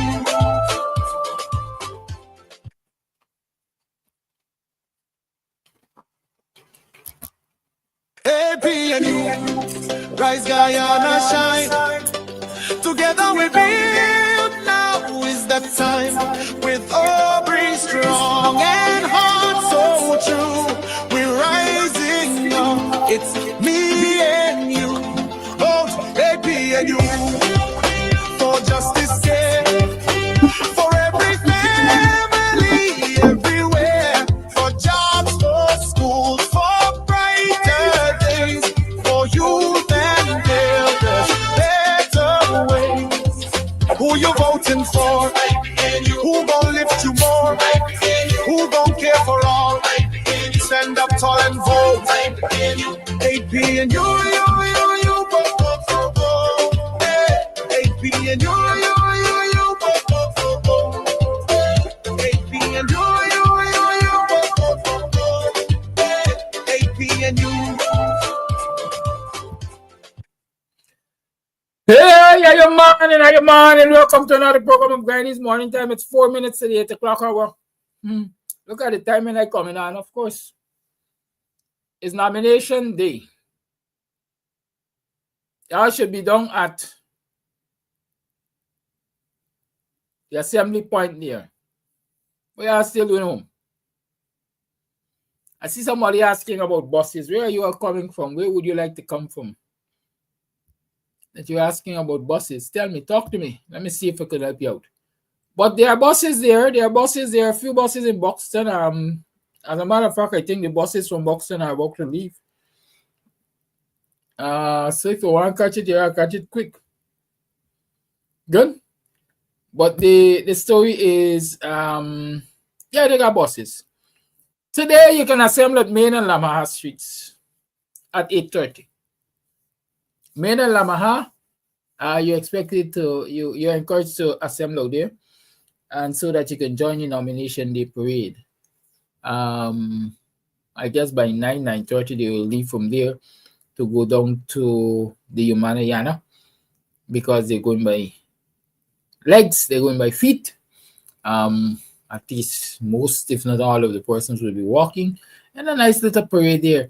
I can't recall, I can't tell you, I don't know, but I know the last time there was big sound system and so on, was a little carnival thing. So y'all could go there and join the band and go down to Yamana, Square of the Yamana, show support for the coalition. Right? I don't know, on days like these, I'm conflicted because I don't know whether to stay behind these cameras or whether to hit the road. Well, not whether to hit the road, but when to hit the road, because I have to be out there cheering on the coalition and so on and so forth. Who knows? I might have to find myself right in front there with the candidates also, because the fact is I am on the list of candidates. In case y'all didn't know, I don't know what y'all expect. All them years in politics, I working with the WPA, pushing as an executive member, pushing the coalition. So why wouldn't I go on the candidates list? But I did say to y'all that is do or die this time. We must win this election again, right? Because dependent on what happens, well, not even dependent on what happens. I think I said that to you. I intend sitting around, at least not upfront and personal with the political sceneries of Ghana way past what should be considered my retirement years. Right? You understand what I'm saying? So if y'all want to see me in government and see what Mr. Amsterdam has been talking up and what he's capable of really doing, y'all gotta ensure that we get them votes out. We gotta get 90+% of our votes out in Region 4. 90+%. The closer to 100, the better. And I keep telling you guys that. Let us do what we have to do. This is not the time, I'm telling you quite frankly, this is not the time to pay attention or dedicate your energies to what the other side is doing. Quite frankly, it's not the time to allow the messaging of the other side to really distract you. You have to work to get your message out there and keep getting your message out there and keep engaging the people. Because if the other side will get you to respond to everything that it spits from all of its crevices or orifices, and then they will get you not to really deliver your message. And so we have to remain focused. You have to remain focused. What is our aim? We have to talk to those young people. We have to talk to those young people. We have to talk to those young people. As far as I'm concerned, the elders are settled in their minds. They have seen enough. They say age teaches experience, but age is not wisdom, no? Or age teaches experience and experience is wisdom. Which one? Y'all talk to me. Right? As far as I'm concerned, them big people settled in their mind. They've lived through so many governments already. And so unless they're really, really dumb or perhaps racist, stuck in their ways, they're going to have a difficulty deciding which government, which political party to support for the next government in this country. I have, even if I weren't in the coalition, and I'm speaking from the bottom of my heart, even if I weren't in the coalition, I would have had no difficulty deciding which political party to vote for. The PPP represents wickedness, they represent lawlessness, they represent ungodliness, they represent corruption, they represent crime, they represent decadence, they represent a broken society. That is what they represent.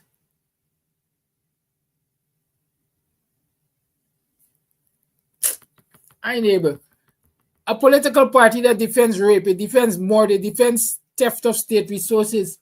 What else it doesn't defend? It defends foreigners above the laws of our country. You're telling me that civil society doesn't recognize that? You're telling me that generations of our elders can't recognize that? I personally don't want to use my energy to have to engage any sane adult to discuss why you must not vote for Win and why you must not vote for PPP and why you must not. Except you're a selfish human being. Except you're definitely dunce. Except you're intellectually lazy. Except you're corrupt. Except you are into criminal activities. You should want to see the back of the PPP. And so anybody who comes and tell me that they're supporting the PPP, I have a right and I will exercise that right to look at them as a corrupt bunch. And corruption not necessary in the way of stealing this or stealing, but corrupt in your mind that you can see all of these wrongdoings and support it.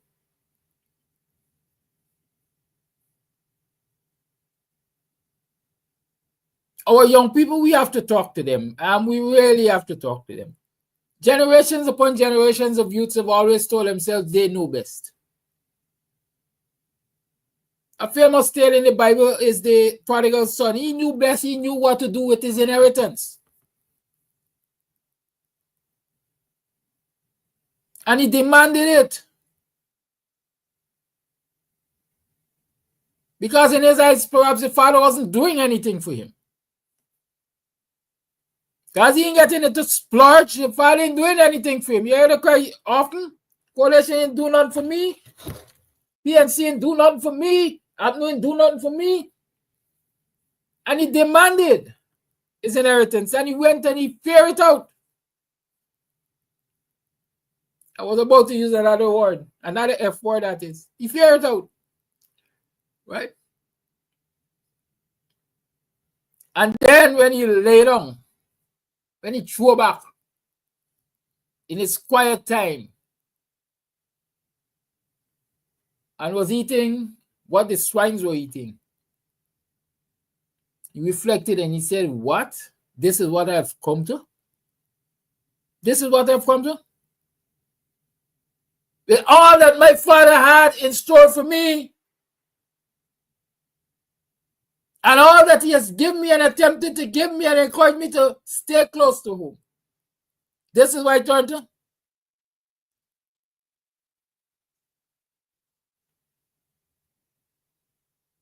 That story for me is a lesson fitting for our young people who tell themselves that they always know best.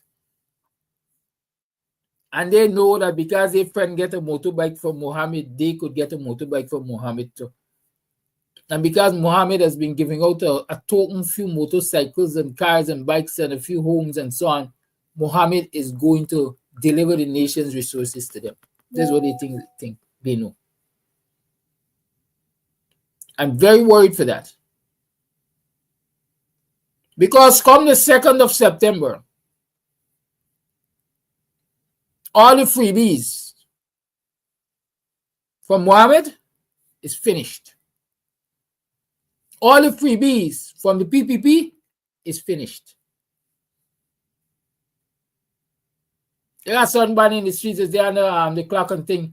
If I could call the name Nelly, I think that's his name. Nelly got a program Laugh No Cry After or something like that. TikTok. I happened to see it a couple of times and I remember this particular episode. And he was saying if a woman could deal with you when you're barefoot and got nothing, hold on to she when you got something. Hold on to she when you got something. Recognize that the coalition, the PNC, WPA members have been standing by you even out of government. You can't necessarily do what the government can do for you. I driving around Buxton this morning and I say, wow, look at this. I see about 4 or 5 teams of people cleaning, man. Remember I just come and get some contract? Yeah. Cleaning, who weeding, who pulling drain and so they're cleaning.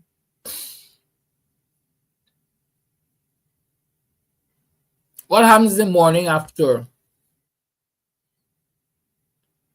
What happens the morning after? I can tell what happens the morning after. Because the PPP inherited a clean city and mostly clean country from the coalition in 2020. And look at the state now. Look at the state now. What happens the morning after? What happens the morning after? If the PPP is in government, you've served your purpose. You become like salt that has lost its flavor. It ain't good no more. It's time to kick it out.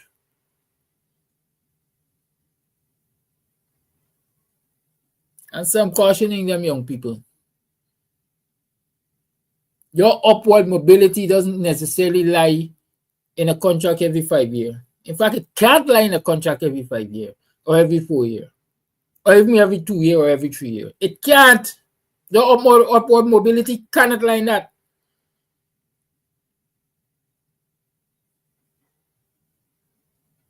It has to lie in sustainable investment in you. You investing in yourself and the government investing in you through the opportunities that it provides.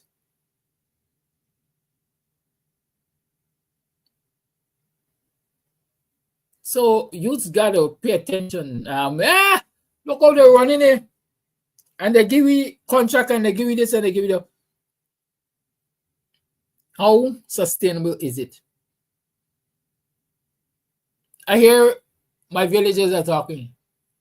Some of them ask me, is who light up Milwaukee like Dubai? In the night, Milwaukee is bright as day. Is who light up Milwaukee like that?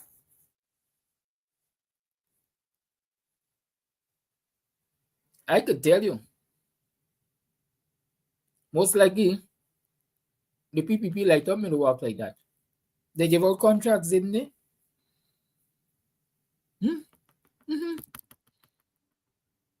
I saw the people who were doing the contracts. I can't recall any of them being Buxtonian though. Unless I don't know Buxton people. Because lighting contract is big money contract. It's way more than a gutter cleaning contract. It is healthier than a gutter cleaning contract because when you don't clean the gutter and say you got itches and all kinds of things, you're going to find your same money, you're going to spend it to solve your problems. If not, now later.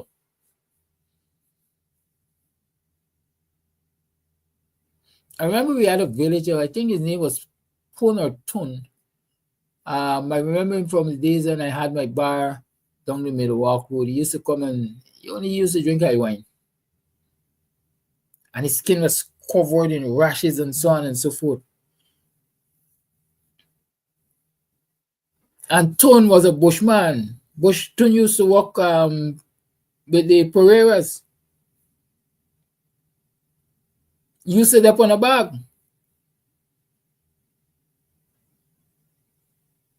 But the effect of the chemicals that they were working with had him looking like he had scales. And there are times when they would itch to kill him, itch to crazy, as they say. He was making money, but look at the long-term effect. And so we ask our young people too to pay attention to them, the long-term effect, especially them banners where they got cleaning them dirty alleyways in Georgetown. No protective gear.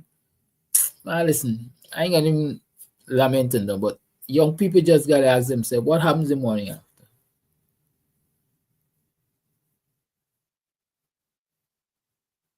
Everywhere I turn, them banner dig up everything. Everything they dig up. Because they want to show we're making progress. It's either we're making progress or we left him work for the next government. One out of the two. But the inconvenience and the madness, the mad rush in this election year to complete this and complete that and start this and start that. Imagine this is month, what, 7, 2 months from now you got elections and this government still signing contracts.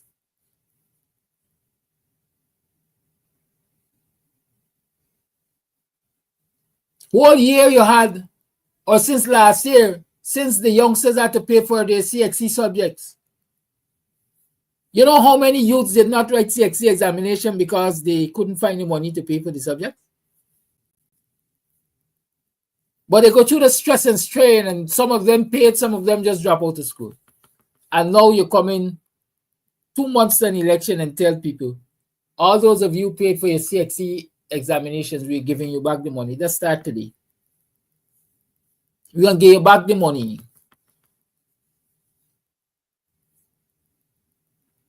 And if you can't see it for a vote buying gimmick, an electoral gimmick, y'all wait and watch and sell your future away. I can't say anything else. But it's nomination day. And so a lot of eyes will be focused on the groups that are going to present their list today, to see who are the biggest group of people behind them. But I want to caution y'all, the noise in the market is not a sale. Expect the coalition to have a large number of persons behind it. But I'm sitting here, I'm telling you, I expect the PPP to have twice or 4 times, 5 times, 6 times that amount. The difference is those who go behind the coalition are genuinely going behind the coalition. The coalition are not to offer them in this time, right now, in our position. They can't pay anybody to go and join the Pareto nomination. But the PPP can pay people to join the Pareto nomination, which they have been doing. The PPP can pay people to attend their rally, which they have been doing. They can actually import foreigners to try to influence the locals. Y'all see Ian, whatever from Trinidad was here?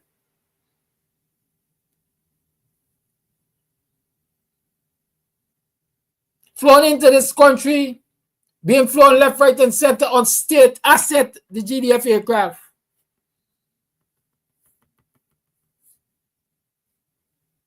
Yesterday, he was streaming the PPP rally. What else can be blatant? What else can be blatant? That state assets, state resources are being abused by the PPP to buy this election from the citizens, or to show large numbers. And let me explain this show of large numbers that they're working on. People say perception is everything. If the PPP put 5, 10 times the number of people there today for nomination day compared to the APNU, a lot of foolish people say, what? The PPP done win the election. Look how much people the manga buy. APNU and done compared to that people done win the election. Let us disabuse ourselves of that foolish thinking. But the PPP wants that crowd out there, because we know the rig is in place, and when they rig the election, they want to go back and say, but look how many persons supported us. Look how many persons supported us. The evidence is there. The people who are turning out to our rallies in number, not taking into consideration or not declaring. The 10-day workers are being coerced to go. Contractors are being coerced to turn up and take staff with them. Any associate of the PPP is being coerced to go to that rally. And a lot of them went. I saw, of course, this person was calling his or herself out. A photo on social media showing the attendance at PPP rally, Azuddin Mohammed Party rally or launch, whatever that was, and the AFC. I mean the coalition. And in the usually mischievous way, they show a sprinkling of people at the coalition rally. A solid block for Azuddin and a solid block for the PPP. But I want to tell you all this. Don't let people fool you. Pay attention. Research for yourself. Don't let a whisper not in your ears. Set your eyes on the prize. Because again, the noise in the market is not the seal. I know what dawned on me. I'm always thinking I eat, sleep, and drink politics. Well, yes, Gary, definitely paper crowd, bus crowd, and so on. There's another image that came from Bobby's by the bridge. 100 buses waiting to transport people.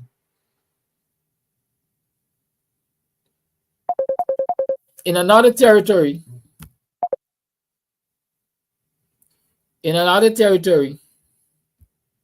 those people would have been afraid to join any bus. They said they're going anyway.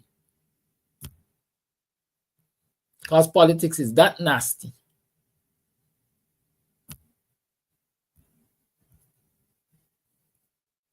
Right? Politics is that nasty. And the PPP is that nasty in politics.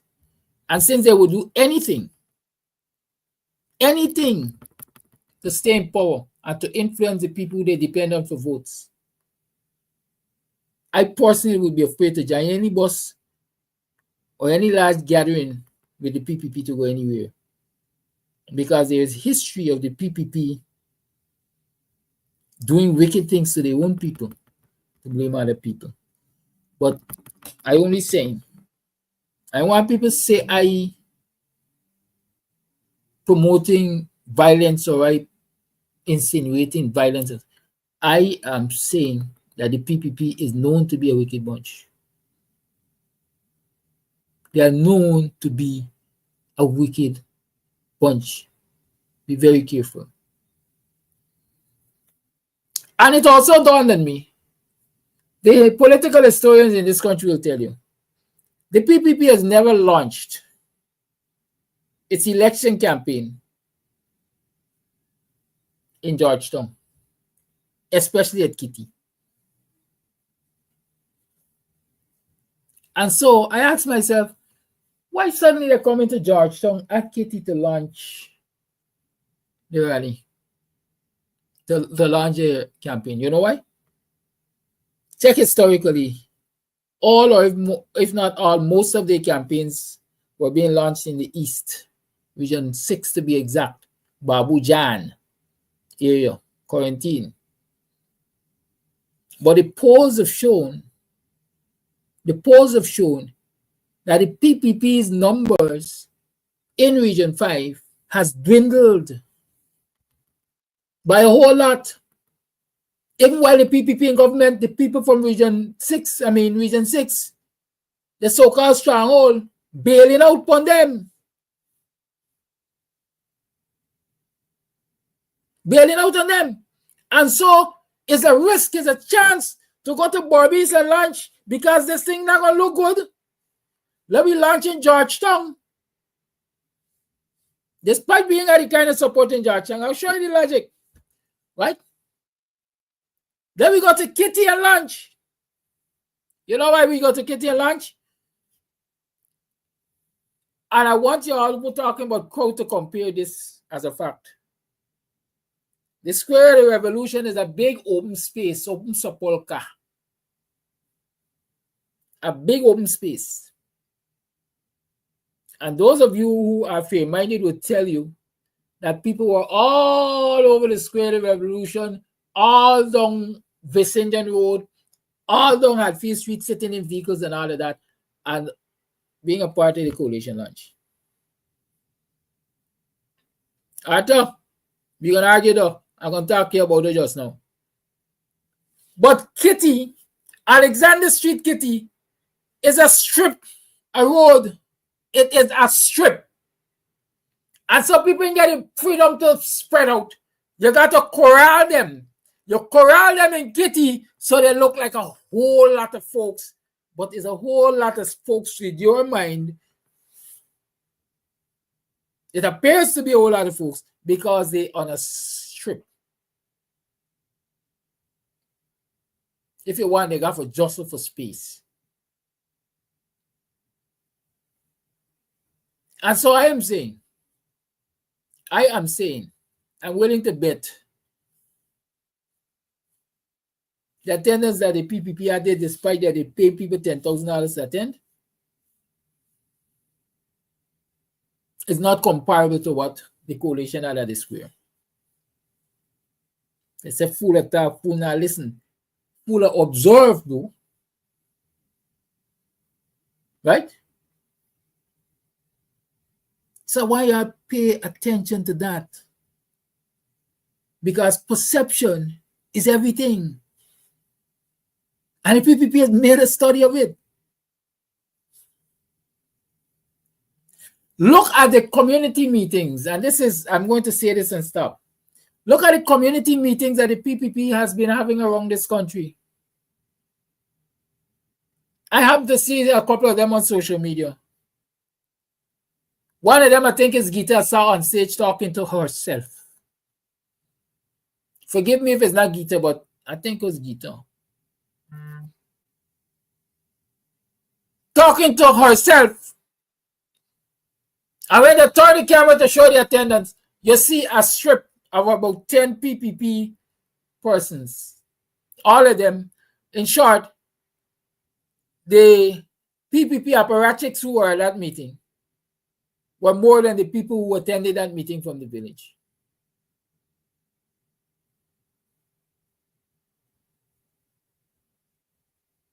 So y'all don't let numbers fool y'all in this lead up to the election. Don't let nobody come and whisper in your ears and tell you, you see how the man calling, how the man nomination parade the land? The pocket long off of real money. You see the motorcade over the land from Barbies? That's how they bring people to Kitty. Because it's easier to make those people who are busting look like a big crowd.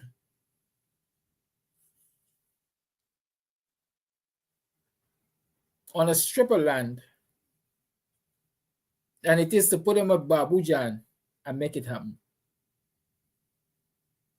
They still got a little support in the East. And so it was easier to bust the support from the East to the West and put them on a strip of land. Got me? But if they had done it in the East on their open space that they normally do it, it wasn't easy to bust people from the West to the East because they really ain't got much in the West. Understand it's psychology. Psychology and numbers. So somebody was saying that they launched at Kitty before.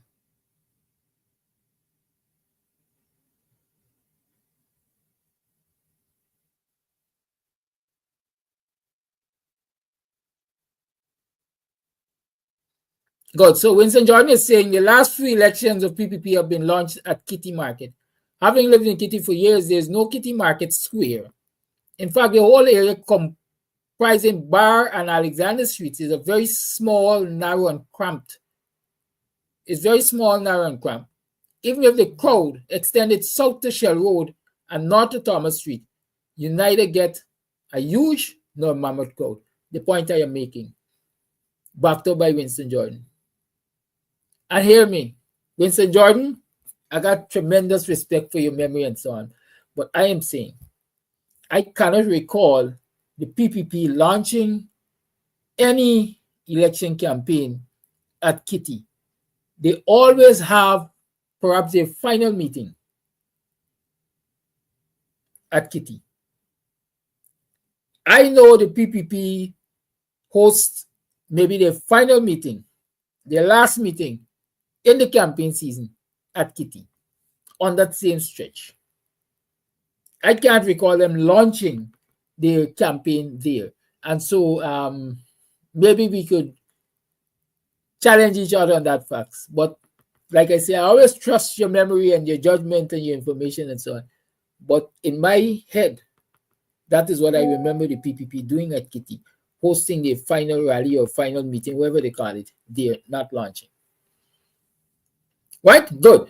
It's 27 minutes past the 8 o'clock hour. I will have to hit the road because the assembly time at Main and Lamar Street there is 8:30. I gotta give me time for drive to Georgetown and so on and so forth. I might be able to go live. Well, I definitely will be going live from Georgetown. I could also go live while driving to Georgetown.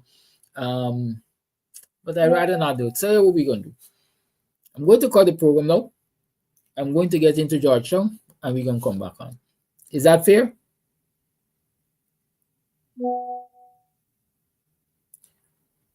Do you agree that that's a good approach? But before I do that, let me see if the APNU page is live yet and if anything is happening over there. Because if anything is happening over there, then I can just share the feed with you to keep you occupied while I travel.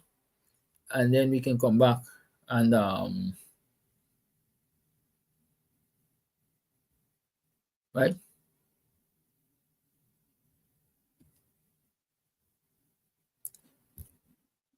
Yeah, I ain't seen nothing over there yet.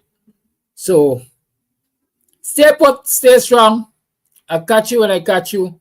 Not that I can't stream while going, but I just decided that it's easier to just drive and go and then come back on. Right, we'll do that. Blessings. Come out in your numbers. If you're nearby, come out and join the coalition march to nomination place. Good. I've tried to keep you as informed as possible. Usman Goliver telling me that traffic kicking. Love you. See y'all. Tough love is love too. Y'all use them brain. Y'all ain't got them brain for kick break. Use them brain. Then we analyze the PPP. The PPP on the smart triple line and get no way close to the people who are at square the revolution. But people can tell you about the media. Before I go, I see a lot of people asking about the media, this and the media though. The media in this country is a joke. With all due respect to the media workers. For the majority of them, the owners have been bought. And the media workers just got to follow the script.